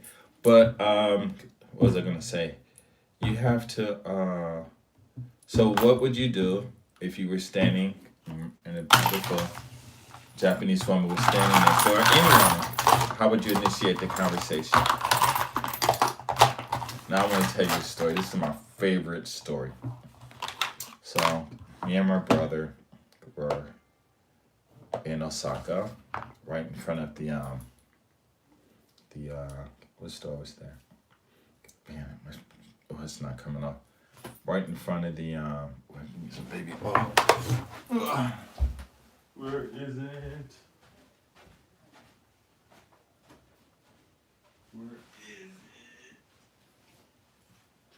Where is it? Okay. This here, when I was in the out here in Nagoya, especially when it was hot, man, this oil, baby oil, boy, nice, kept me all looking dark and shiny. And I put it on my head because I used to always have a bald head. And they're like, "Oh, your head is so shiny." Come on, guys. You 7 people in here. What would you say to initiate the conversation? So me and my brother, we were in Osaka, and there's 2 Japanese girls standing next to us. 2 white guys standing next to us. I'm behind them. We're maybe about 5 feet apart. And one of them Japanese girls, oh my God, Japanese woman, I should say, she was fine. I would say, "What's up? How you doing?" "Okay, that's good." She was fine. And I looked at her, and this is what I said. I swear this is what I said. "Excuse me." She said, "What?" I said, "Wow, you are so beautiful.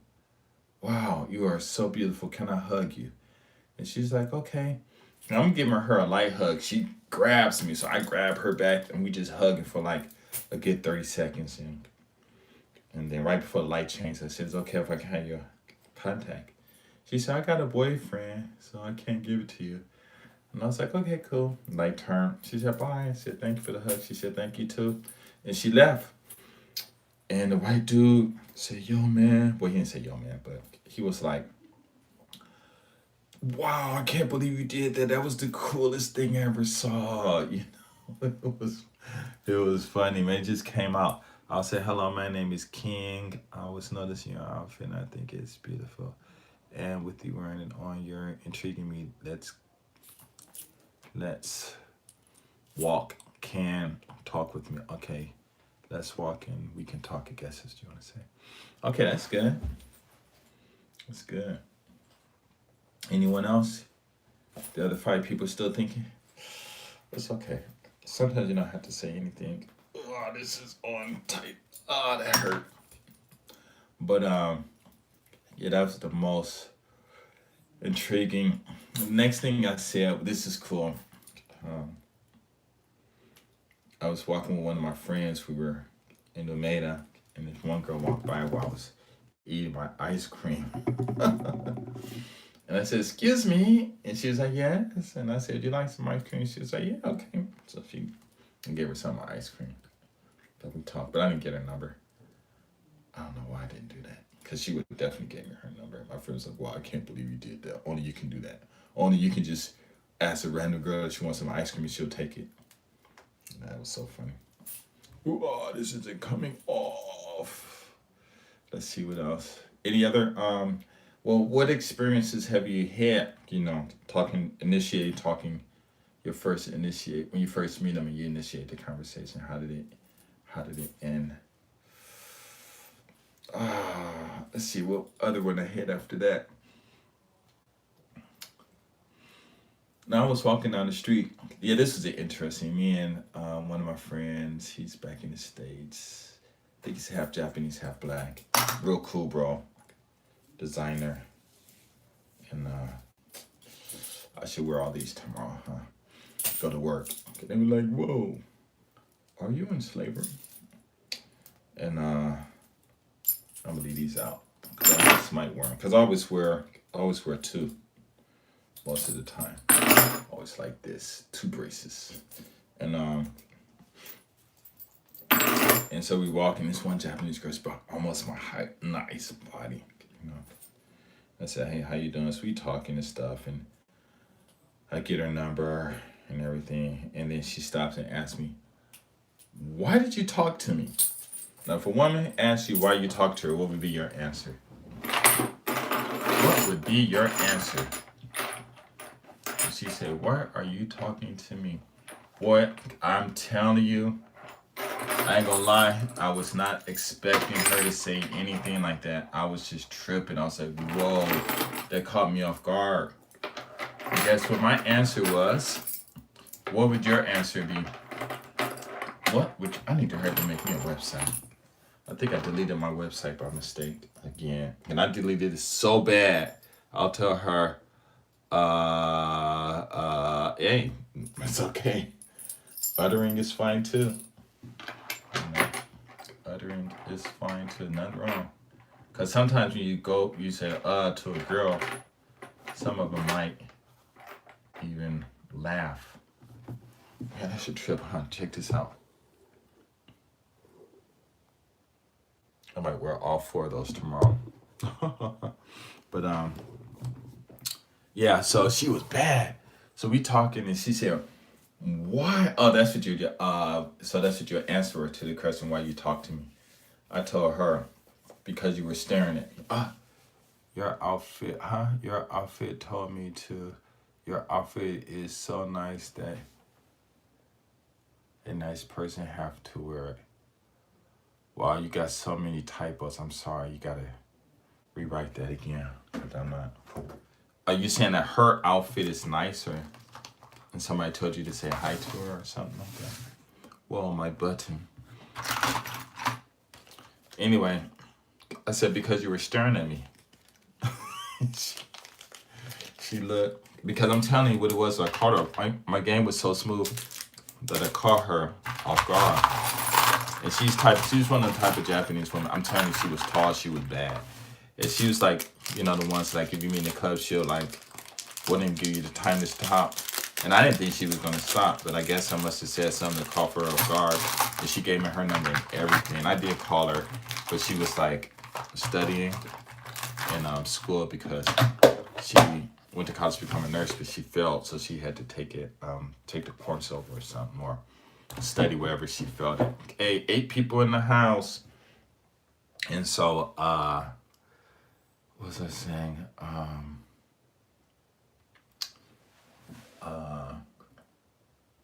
So when I said that, because you were staring at me, she couldn't rebut it and everything. She said, okay, and that was it. And I walked, and my friend, he was like, whoa, he was shocked, you know, because she was like one of them Japanese women that you go to the club with. All the guys be trying to rap to her and stuff, and she be like, no. And the guys be all mad, man, I don't like her because she didn't want to talk to me. Man, I remember someone told me the same thing. I was in a club in Japan. I approached a lady because she was staring. I came and asked her, were you staring at me?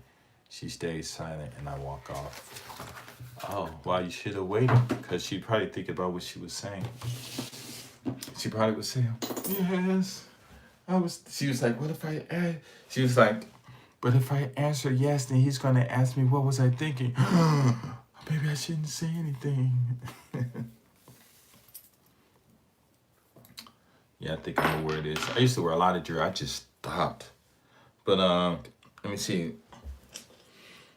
Let's see, the next one that was really intriguing was I was in the pub in Sensabashi, and this Filipino woman came up. She was one of the fine ones, like, God damn, 10. She was bad. You know, like, it's like, she was bad. And she started macking at me, and she said, are you married? I said, yep, I want to say get married. I was married. She went off on me, man. The one thing I can learn from COVID virus and GS is that real wealth is health. And this dude is 45 plus, looking younger than half of us. I am 56 years old. I turned 56 April 21st. And I'm going to show you a picture of my, ooh, a picture of my, oh, I don't even have it on there. I have a picture of my, what is the thing called? My passport. And when I took it when I was 46, and I look 26 years old. I mean, I look at myself, I'm like, oh my God. And so I asked some other, no, I was 46, but I look like 26. And I asked a few people, hey, how do I look? 26, 25. I'm like, no, I'm like 46. And they're like, oh my God. Now just imagine looking 26, going to clubs. Got them 23-year-old, 20-year-old, 19-year-old girls in the club trying to mac to me. And I'm 46 years old. I'm like, nah, it's okay. Go find one of them young guys to hang out with. See, I'm cool like that. You need to bring the Afrojack style, Afro back. Too much flavor. Yeah, actually, I was growing my hair back, but it's like so much gray. So I'm like, forget that. I'm going back to LA style. Cut that stuff off. But yeah, I do have, it's not on this phone, it's on that phone. Wait, sometimes, I wonder, oops, why isn't it? Oh, well, I gotta get a new plug. But I have a picture of me, but it's on this phone of me. Bro, can you answer my question from above? Oh, I didn't even see that question. I'm sorry. Where's the best place for a black man to find a traditional Japanese woman in Japan, or a virgin Japanese woman for a wife? I met two, and they were sisters, and I met them at a car shop. I don't know, man.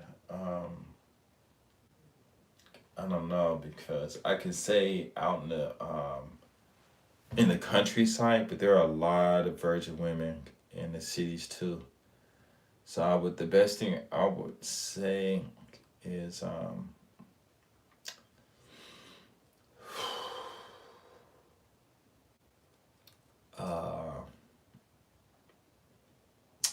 department stores, probably the best place, because that's where they all are, or in the stores, or you can stand in front of convenience stores at night, like after 11, and sometimes a lot of girls be going in there, buying ramen or whatever, the food to eat. Bro, can you, okay, the funniest comment ever. Yeah, so yeah, I mean, but you can always go on like those sites and say you're looking for a Japanese virgin, and if they're virgins on it, they'll let you know, because I don't know, 'cause you don't want to catch anything, but let me think. I don't know. My bad. I'll say to her, your outfit told me to. Your outfit told me to. Your outfit is so nice that I figure a nice person with a warm soul having to wear it. Oh, that's cool. That's nice. But I'll tell you, out in Japan, for the most part, just dang. This sucker says I have 2,599 items not updated up in my cloud, because I don't want to spend any more money. But oh, that's nice. That's good. There's nothing wrong with that. AGS, remember, The one video you uploaded back with some fools. You were walking and dumbass said some 12-year-old legs was so sexy you lost touch with him. Hope so. That dude was bad news. Wait, hold on 1 second.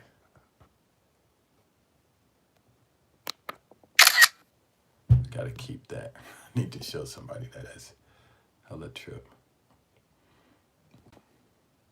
Okay. He's not here in Japan. But yeah, we were like walking and it was 3 of us, right? Yeah. Well, I totally forgot. Me and this other guy were just talking about that conversation, but I totally forgot about that comment. Dang. What's cold? I don't know, man, because I ain't gonna lie, you get some guys come out here, man. There's some guys come out here and they be talking about some crazy stuff. I'm like, dang, man. Can't be talking about, like, stuff like that. That's crazy. Hello, funny dude, man. You flipped on him. Maybe I need to go watch that video. Well, that's good. I flipped on him. Woo. Yeah, I'm glad I flipped on him, cause I don't like that, man. That's not cool at all, man.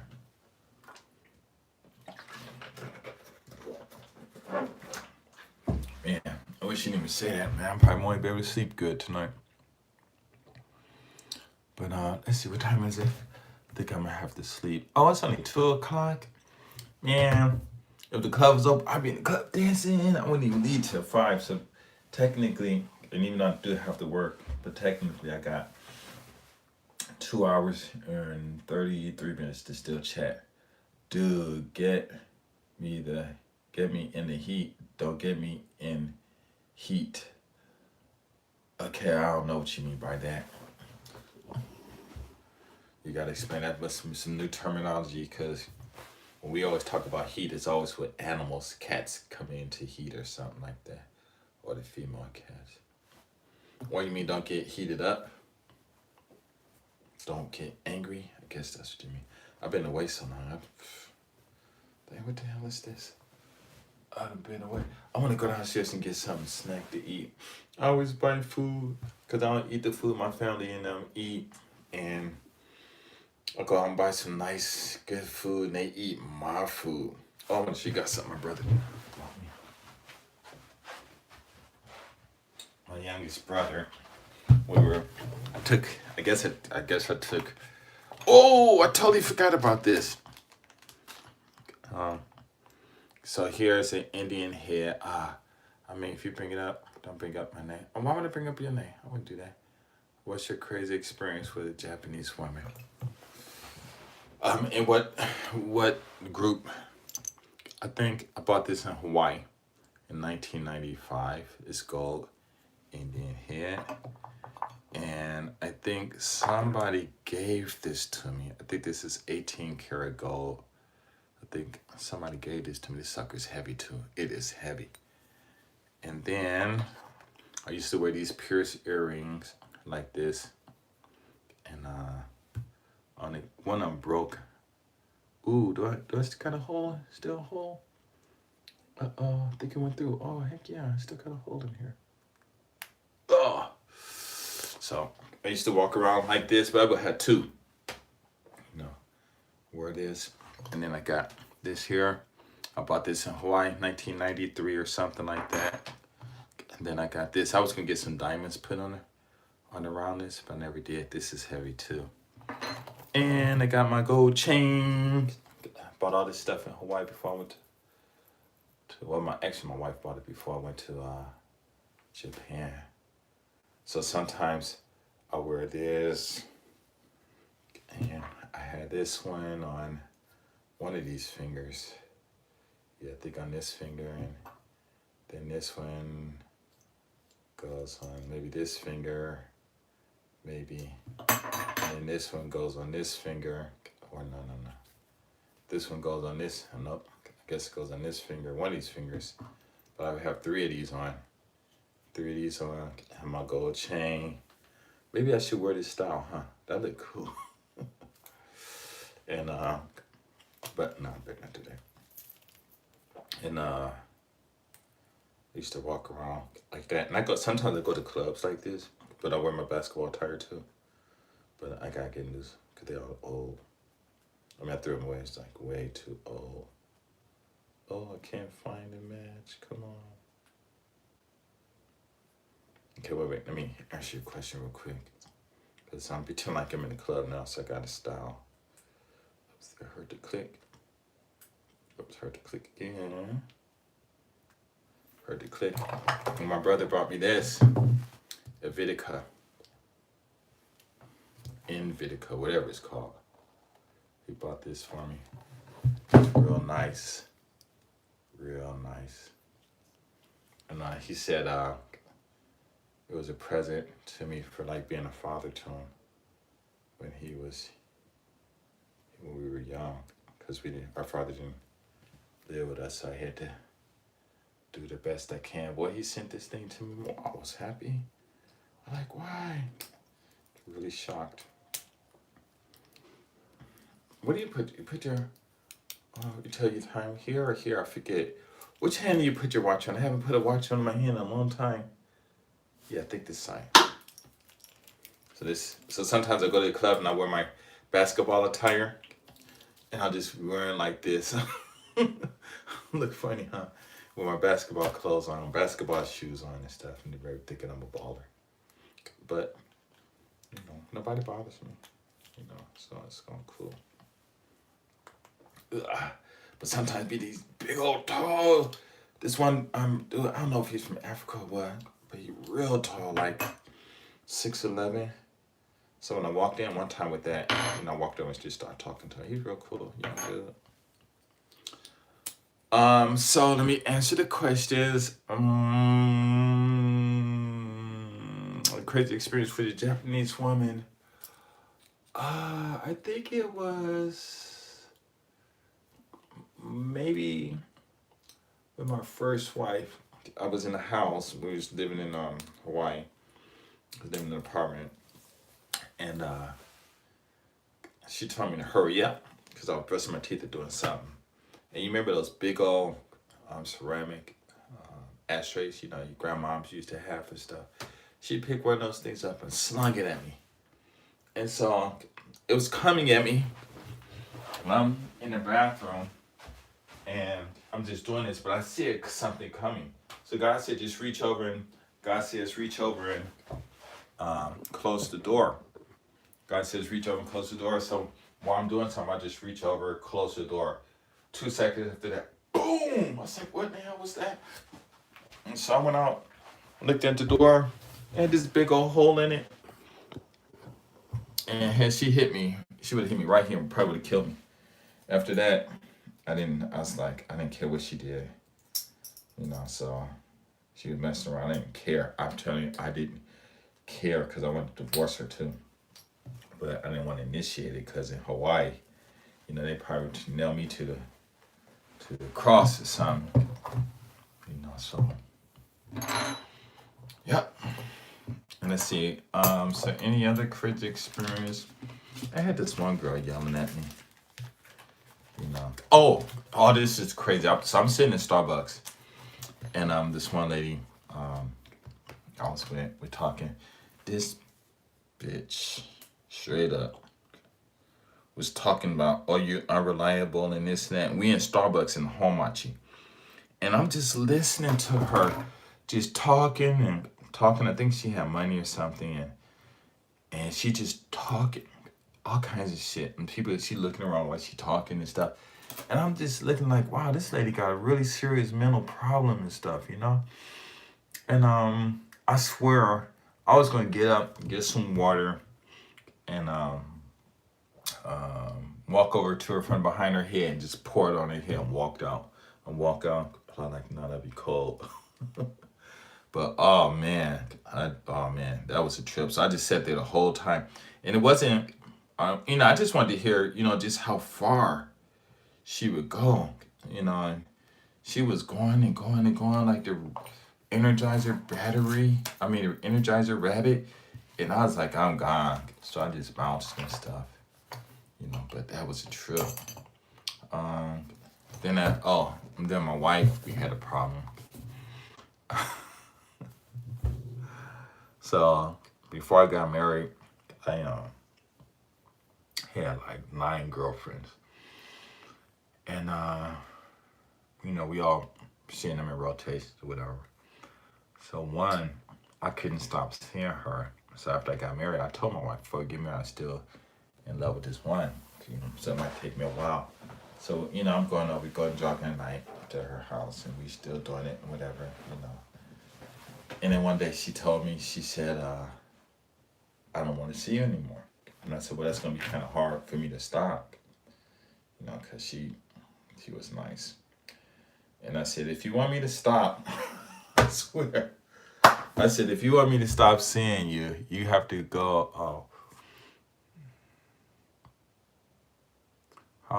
My first. Wait, I got all these things. Wait, let me see if you don't mind bringing up. No, I won't bring up your name. I don't even know who you are.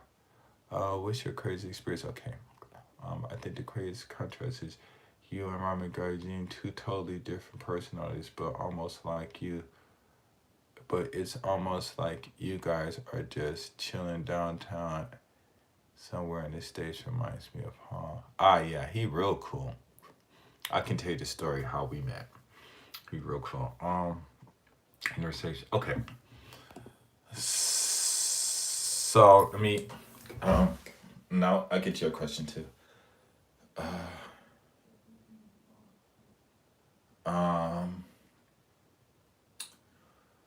so I told her, I don't know why I said that. I said, if you want me to stop seeing you, you're gonna have to go tell my wife we seeing each other. And she went and did it. Couldn't believe it. And so I'm at the flea market and I'm calling her and I'm calling my wife. Neither one of them's answering. I'm like, I got this feeling that she's there. So I get home. My wife said she came to the house and told her everything. And I'm like, wow, I can't believe she actually did it. And but see, I was stupid. Had me and her, she's like one of them Japanese girls you can control and stuff.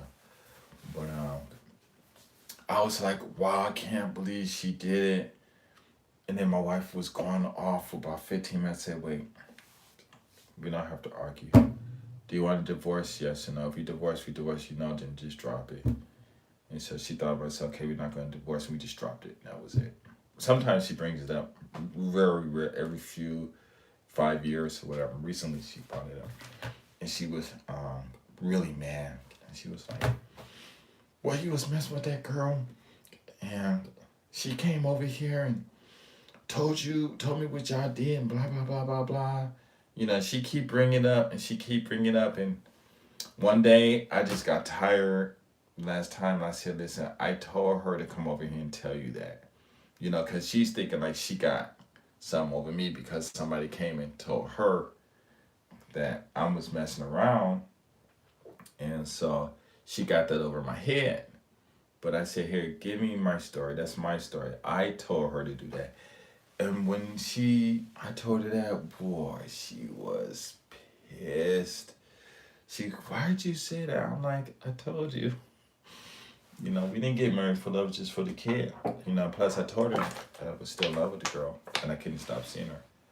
And well, I wouldn't say I was in love with her, but I couldn't stop seeing her. And she was pissed, boy. That's fucked up. Who would do that? Tell your wife and tell her, would expect you tell a girl, you go tell your wife you messing around at her, and that's how you'll break up. And after that, we stopped talking. Okay, I think it was like maybe a year or two after we came here. We married for 7 years, 2 in Hawaii, 5 in Japan. She came here and went to LA to do some stuff. She met some African dude and started messing around with him. Dude was calling the house and everything. And what happened? So I didn't want a divorce because I already had a divorce. So I just said, let's just have an open relationship. So she was doing what she was doing and everything. So one day I had left Japan. I wasn't expecting to come back to Japan. And so on the way to Thailand by Silver. I stopped in Japan, called to say what's up. She asked me to come help her because she had broke her foot, and I said okay, and then so I got, of course, I got another 3-year visa, but I was expecting, I would thought I was gonna go home, and then she said she wanted a divorce, but I thought she already had divorced me, and I'm like okay, cause she said she fell in love with some dude from Sri Lanka, go Sri Lanka, some guy from Sri Lanka beat out GS350JP in the house. But that was before I was GS350JP in the house. But I always was GS350 in the house. GPSJ50 in the house. So like GS350JP in the house. And so she was like, you want, how much money you want? So just keep it all. And then I laughed and I saw her, she saw me in Thailand. She said, hey, let's, what you doing? Let's, have dinner or something. Or she wanted to stay at our house that night, hang out with me all night. And I just said, nah, you married, whatever. And she probably wasn't even married. And I said, no, it's okay. Just going about your life. And I just turned and walked away, and that was it. But one of my friends said I should go because she's probably still in Japan. I should go and see her. But I'm like, I'm thinking about maybe I should, because if the business is still there, it's still my business, And even though we're not married, I still have, for some reason, I'm able to maintain control over, I wouldn't say maintain control, but still have influence in a lot of women's lives who I used to, who I dated and stuff, And so I think about going, because right now she would be 71.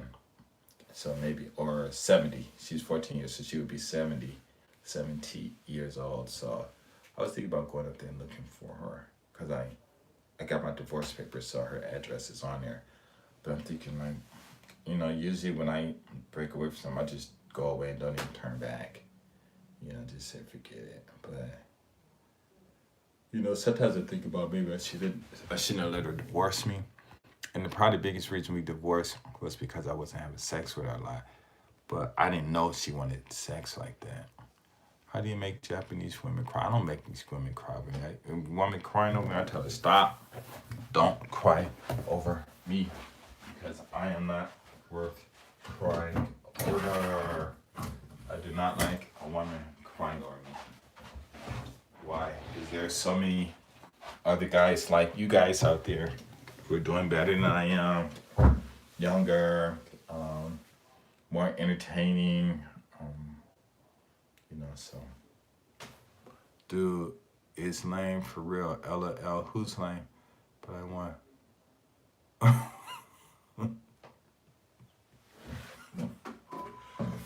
Hey, I do remember this one guy. I don't remember his name though. But when I first came to Osaka, this one dude was dating this one girl, and I might even get in trouble for saying that on YouTube, but yeah, she did something crazy over this guy. Couldn't believe it. I was like, wow, she needs to cry over me. I'm the type of girl cry over me.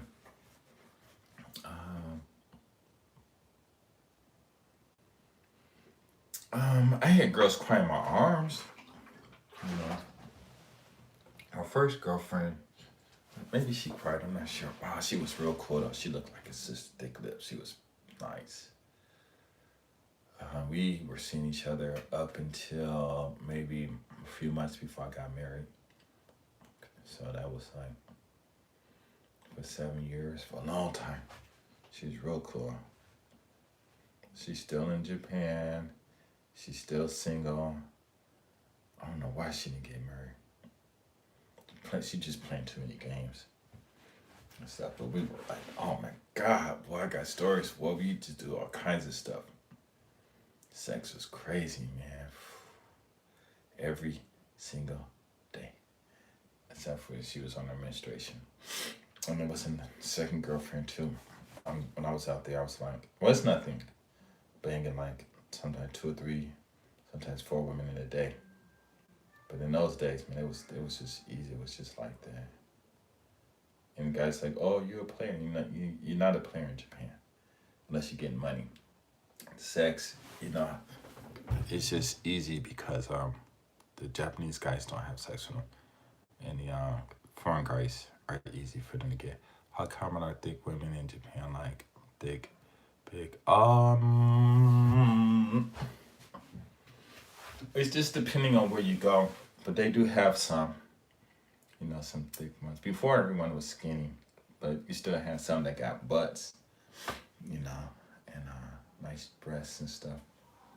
But nowadays, since you got Instagram and the influx of different fast food restaurants and the social site, and now there's a new style for the women. Some thick women, like my wife's sister, she thick, but she looked like Angai Kokobas. They look like they could be brothers and sisters. I couldn't believe it. But she looked more black, than my wife.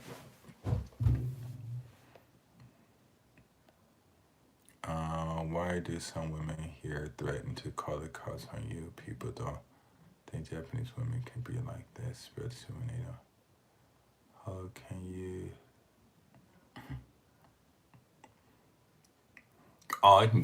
It can freeze out here. You go up to Hokkaido, and they got snow banks. The snow up to you cover your house in snow.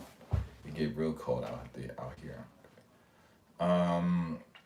Please, man, these women, man, because they know foreign guys are suckers. One of my friends he was from Kentucky. It was when I was living in, I think I was still living in Nagoya, and he was real cool. He was kind of like a jerk too, but he was cool. But I already understood. But he was staying at one of his friends' house, and I was dating one of these Japanese girls I met on a train, and she was thick. Her face was, she probably looked more like a square face. It's almost, but she had thick lips, nice high-pitched voice, just memory glands way out there, nice body. She was maybe a 6 or something, but she was just so cool. She used to be in nail contest #1 and #2 in Japan. So one day me and her went over to my friend's house. Anyway, it was him. And so one day he was saying how he was, because like I said, in Nagoya, the women are really up on their game. I think they probably have more game than the women did in Osaka at that time. Because the women in Osaka, I didn't start seeing their game change until like 2002 after that. And so, not 2002, 1979, about that time. And so, this one girl walked over to him and said, she was dating his friend and said, hey, I want to have sex with you. He said, no, I'm not going to have sex with you. And she said, well, if you don't have sex with me, I'm going to tell the police that your friend raped me, such and such raped me. And he said, well, that's your boyfriend. He didn't rape you. And she said, yeah, I know she didn't. He didn't. He said, well, the cops ain't going to believe you. And she said, this is what she said. She said, who do you think the cops going to believe? A Japanese woman or a nigga? He told me that. I just started laughing. And he was like, well, then he gonna have to go to jail because I'm not having sex with you. And he walked away. That was so funny. Man, these women, I'm telling you, man, they got mad game. They are, like in Too Short songs, one of his songs, he said, man, you're a fool. These women already know what they want from you before they even meet you. And that is real out here. These women already know what they gonna do to you, how you gonna respond to everything before they meet you. And that's why I tell these guys, listen to all of Too Short songs, because the game that he's saying in his songs is what these women are doing to these guys out there and out here. And if you a sucker, then you better think about the toughest, the coolest dude in your neighborhood, and you better emulate him. But if you cool and you come out here, don't change, because America is 180% different. So if you tough and you a pimp, then you come over here and you can't change, because these women gonna take your game from you. You gotta keep it pimped tight. Keep your foot on these women's necks, and you gotta keep your foot on your own neck the hardest, because the minute you take your foot off of their neck, they gonna get you. That's it. That's it. You know, if you got, and I tell these guys, if your wife, you don't like her, you don't have any kids, you got your own money coming in, go down to the city hall, sign that divorce paper, because you don't need her signature on it. You know, they got their rules, but they don't honor it. And sign that paper. Once that paper's signed, that's it. That's it. You're free. You ain't even gotta tell her. You know, she'll find out the hard way. You know, and I tell these guys, but you know, they come out here, oh my girl, it's you. Man, you should have saw what she did me the other day. Oh my God. Okay, you gotta go. Yeah, because I'm getting sleepy too. I'm about to get off of this thing. But yeah, man, I just tell, and that's why I'm kind of sad that I made these Do You Love Black Men videos, because I know a lot of these guys probably came out here, you know, thinking they gonna fall in love, and they end up, you know, getting played. I mean, oh my God, some of the stories are here. I'm like, man, are you joking? Are you serious? Oh my God. You know, I mean, it's some cold stuff there. So, like I tell these guys, hey, if she was black, would you go through it? No. But why are you doing that with a Japanese woman half your size? You come all the way to America, all the way from America, just to be enslaved by some woman half your size. They go, but I love my wife. Well, she don't love you. I don't care. I love her. Like, oh, okay, and then why you coming to me asking for some advice? You know, you're cool. I said you're gonna be okay, because she gonna, other than sex, everything else is gonna be cool. You're gonna have food, place to eat, travel, whatever. So I don't know, but I'm tired. Wait, hold on. I think the hardest things for guys, right, and experience is to say no and walk away. That's real control. Yeah. But see what it is most of these guys meet these girls in the clubs, you know, and they take her home and she bangs them out. I don't know why these guys keep saying these women don't do anything, because I'm sure some of them don't, but they let you do whatever. But some of these women lay it on you. And these guys fall in love because ain't no woman ain't laid it on them like that. And they know it. They know it. Next thing you know, you hooked. 15, 20 years go by. You know, one of my friends told me, it was said, he said his wife, he'd been married to his wife 30, 40 years, 20 years or something like that. And she never once said anything about how she felt positively about him. And I'm like, oh my God, that is so cold, man. What's the most amount of money you know of someone getting from Japanese women? This one dude told me he got, I'm thinking, close to $3.5 million.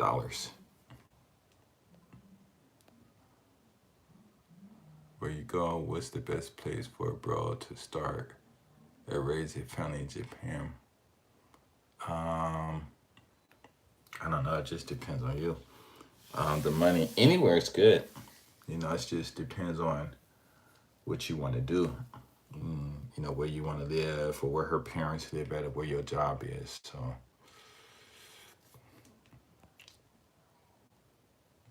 yeah. Wait, hold on.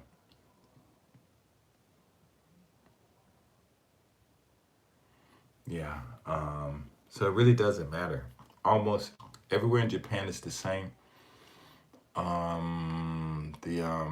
The main difference is the activities that are available for you to do in a situation, or I mean, in the neighborhood that you live in. So you can live out in the country, might have a little snack bars and everything there, but it's nothing to do. You know, not really any fun clubs or anything, but you can still take pictures, you can ride your bike, you can still jog, go outside, you know, make your own business, or get in your car and go to the city and have fun. Thanks for the live stream. Okay, you're welcome. Appreciate it. Okay, Liam. Okay, Liam. The funniest thing on G50 he talked about was when some guy from the States met him in Osaka, met some girl, and he dipped out and didn't hear from her for years. Then finally, he got dogged out. Yeah. Yeah, I remember that. I think I remember that story. Who was that? Yeah. You have to tell us that story about dude getting millions. I don't know. I don't know if I can really say it. Who was that? I keep forgetting. Who was that? I don't remember his name. I know it was a bro though. And because he was the one that told me about the game up in Tokyo. You know, and I didn't know it was like that. But I think it was either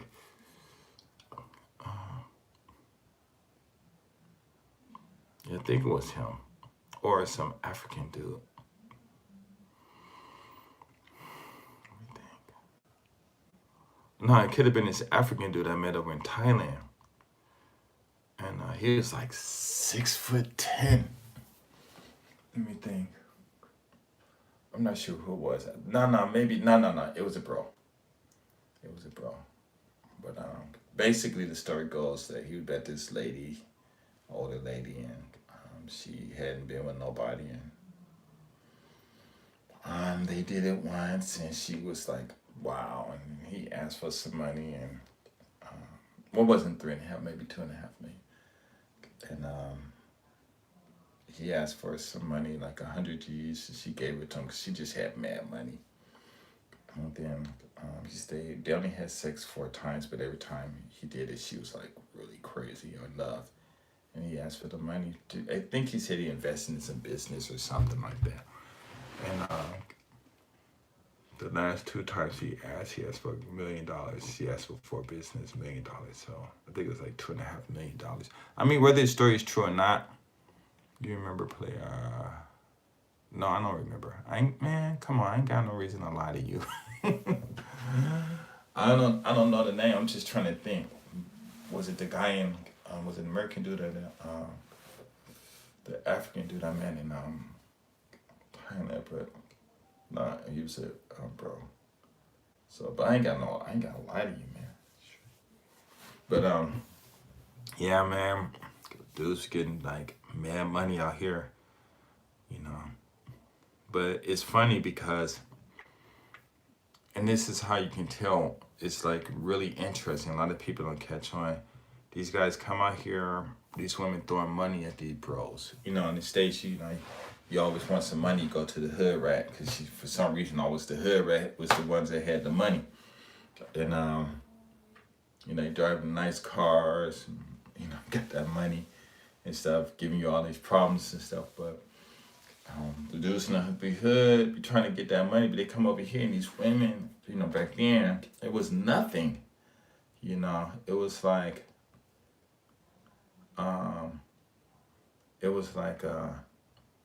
nothing. And these guys, some made businesses with it, others didn't. Some guys, the dude that had that $1 million down their money, I don't know what he did with it, but from his talk, he said he invested in some business in some other country. I don't know how world they did it. But I mean, it's like out here in the States, you be hustling to get that money from them girls, and a couple of $100, $1,000 here or whatever. And then you come over here and these women throwing millions and $100,000 and, 5 digits at you, and these guys act like it's nothing. They'd rather be back in the hood, try to, sweet talk a hood rat. I shouldn't say hood rat, it's not good. But, talk about trying to hit up the sisters, whoever, that's doing their thing, for $1,000. But you in Japan, you call your girl, yo, baby, I need some money. Bam, okay, pop. You got 50,000, okay, pop. got 100,000. Okay, bop. You know, one of my friends, when I first met him, he was the first one I heard about that. He said he was dating this one girl whose father was like in this real one high position, and he was saying how he was in Hawaii and she promised to give him this money and she didn't. So he went. Said, I thought she was gonna get this money, and she might be a widow or single, and yeah, maybe she is a widow, and uh so they went to the Bank of America, one of the banks out there. I forget what it was, and she walked in there, got 20 stack, came out, gave it to him. He said he put that money in his backpack and took off and never spoke to her again. You know, because I think, but when you really look at Japan, a lot of these women know they put you through a lot of stuff. And you got some who will pay you for it and some who ain't going to give you a penny. You're just going to have to suffer, you know. And that's fucked up.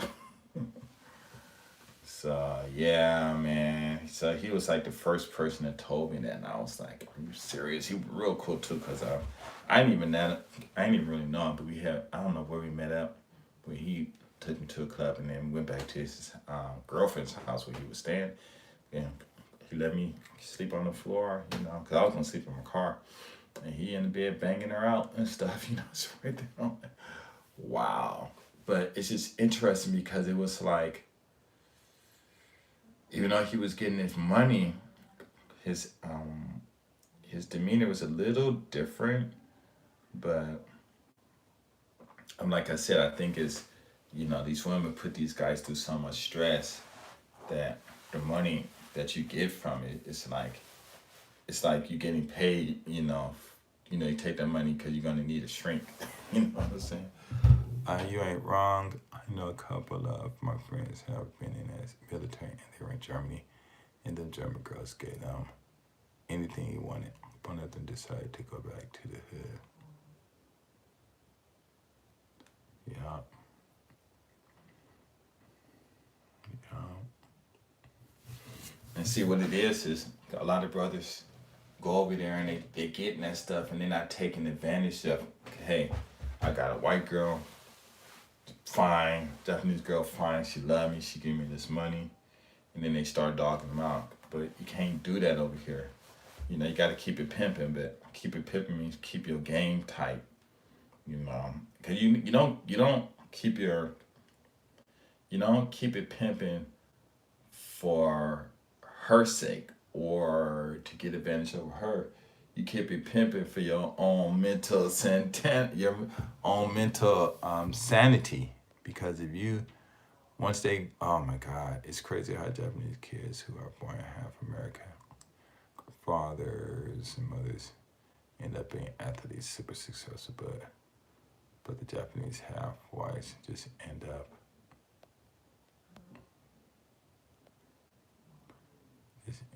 going back to the hood.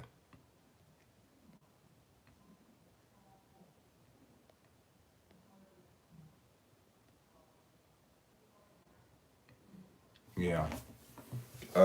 I wouldn't say all of them. I don't know how many.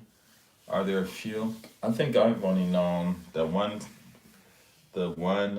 girl who was a tennis player before um, oh Osaka. One guy, he was a track he ran track, but it was no way he was gonna beat any American dudes or anyone outside of Japan in running and stuff. Because I don't remember him going to any Olympics or maybe he did, but I don't know if he whatever he won. And then, but you got that one kid who went out, who's playing in the NBA now. That's the only ones I know. In Osaka, but she was raised in the States, even though she was born here. So I don't know. But I was talking to one of my African friends, and he was saying like our kids are going to, yeah, what's his name? Rio something like that. Hamachi or something like that. I forget. And he was saying like how we need to get our kids back to the States. Yeah. And because they're gonna get upset because they can't hang. But if they go look for a job. But I didn't have time to talk to him because one of my friends pulled up in a Lotus. I was like, whoa! It's like and I hadn't seen him in a long time, and so I just jumped in. But I was gonna tell him, when you have kids, because they call them half foods out here, and people think it's derogatory, but it's mixed. We use that in the States, mixed and half black, half white. So, I don't know why people getting all upset. Well, I'm half white and I'm half black. Because some people like that. I'm half Indian, I have this. But did I just yarn? But I was gonna tell them what what people need to do is they need to tell their children to become teach them to do their own businesses because there's still a lot of opportunities to do business. But if you want to work at a big major company and they can only hire, 2,000 employees, but you got 20,000 people applying for the same job. Then when you get in there, everybody gets slammed at work. It don't matter if you're black or white or you Japanese, people get slammed because they be in them jobs all those 20 years until they die or have it 40 years, whatever. And a lot of stuff goes on and people talk, so it's, it's not even just an isolated thing, but, if you're a foreign kid, then your parents should be trying to tell you to do business because there's a lot of business out here. Can't believe me on it. There's a lot of, if your kid is Japanese, then you got to make them study in school. You got to make them learn their Japanese. You got to make them do this, and then make them go to college, get some kind of degree of skills, and start their own business because they're Japanese. And once you tell them I'm Japanese, then the Japanese people that's doing it, they got to straighten up. Otherwise, they can get them in trouble. So. Okay, I might have to sleep. I don't know where he met him. This up in Tokyo phone out here, but you can meet, like I say, you just go out in the street and just talk to people because you never know who you're going to meet. I mean, the Japanese have black. Actually. But there are so many half black kids out here, and what I don't understand is why is it that black Americans or everybody's saying represent black in Japan, and they all mad because of the problems that blacks are having in Japan, but when you go home, you go to Jamaica, I won't even say Jamaica, Canadians and black Canadians and American blacks, they don't get along. You know what I'm saying? And I know in Caribbeans, you got black people over there, and they don't get along, but then they come over to Japan, they act like they're all friends, and that ain't how it is, Everybody gets talked about, like that black woman who, Ariana, she won Miss Japan, and they start bringing up all that racist stuff, but, yo, what's up, Leo,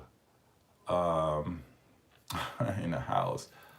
But all that stuff that she said was racism happened when she was in high school and kids, but you got Japanese kids out here in elementary school committing suicide, and so she getting talked about, but everybody in Japan gets in high school, thank you.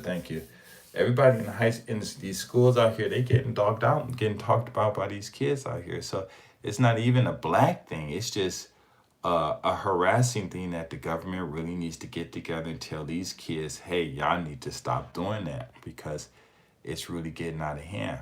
Because this is one Japanese guy, his kid was getting talked about, and he said if they don't stop it, he was going to blow up the school, and they couldn't even find him. So something ended up happening. They ended up apologizing or something. It was crazy though, man. Dude, Filipino and Japanese look down on our culture. There are a lot of half Filipino, half Japanese celebrities, but don't even speak the language and go back home to their own country. They just say I'm half. They don't proud of who they are, other side of the blood.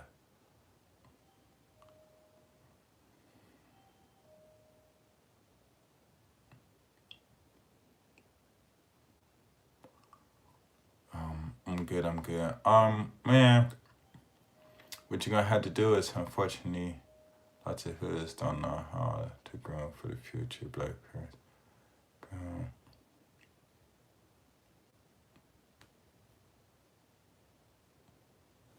But and that's another thing too, right? Japan, like I was talking to a bro, and I was talking to somebody about how white TV news always talking bad about blacks. But I said, man, white people know what's going on in their head. And them white people ain't gonna watch no news um, if I keep doing my joke because I need to drink some water.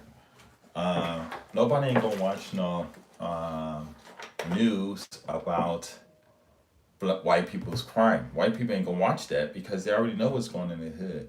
Now they're gonna be interested in watching what black people doing or other people doing, and that's how they make their money. And in Japan, they'll show what's going on and stuff, like that too. But Africa is not a poor country. You got billionaires in Africa, so why aren't they changing the face of their country?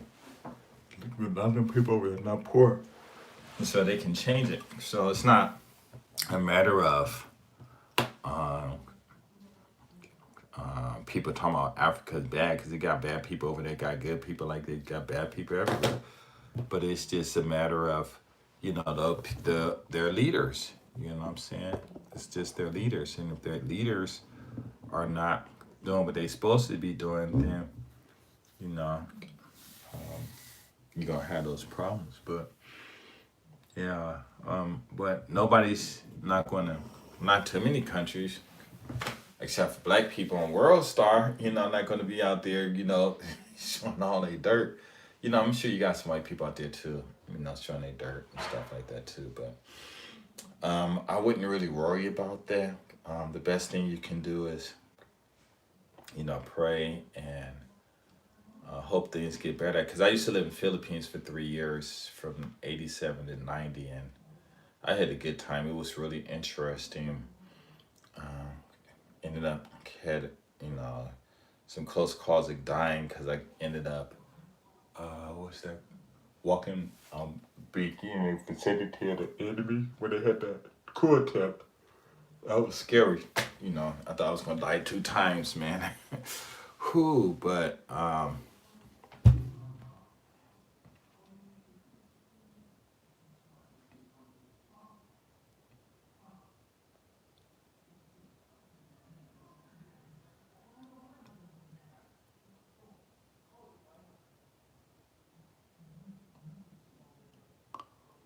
see, the whole thing is about the news. Those white people own it, and the news, they can say whatever they want. If you want to show the good in your neighborhood, then you got that device you have where you see me on and make your own stuff, because black people don't. What would you rather see? Brother studying around with a fine sister in the BMW or Maybach, drinking wine and talking all that money? Or would you rather see motherfuckers out inside of Walmart doing stupid shit, or out in the parking lot of whatever store, doing stupid stuff, and you look at the educational videos and the ignorant videos of people doing stupid stuff. Which one's got the most views, and that's how it is. Nobody don't want to. Nobody ain't trying to be serious. Everybody want to be entertained. I think that's the big thing. But I gotta go. Okay. It was good talking to y'all. Peace. I want to try to do this every night, but that's gonna be really hard. Africa is just offensive as the. How is that? Africa is offensive as. I don't know, guys. I don't know. No, African. Where you from, Cause Leo? Cause we don't even say Negroes anymore. But anyway, yeah, we found it. But I gotta go. Say that for next time. All right. Enjoy. Peace. Thank you for watching. Thanks for all the thumbs up. Enjoy. Be safe out there.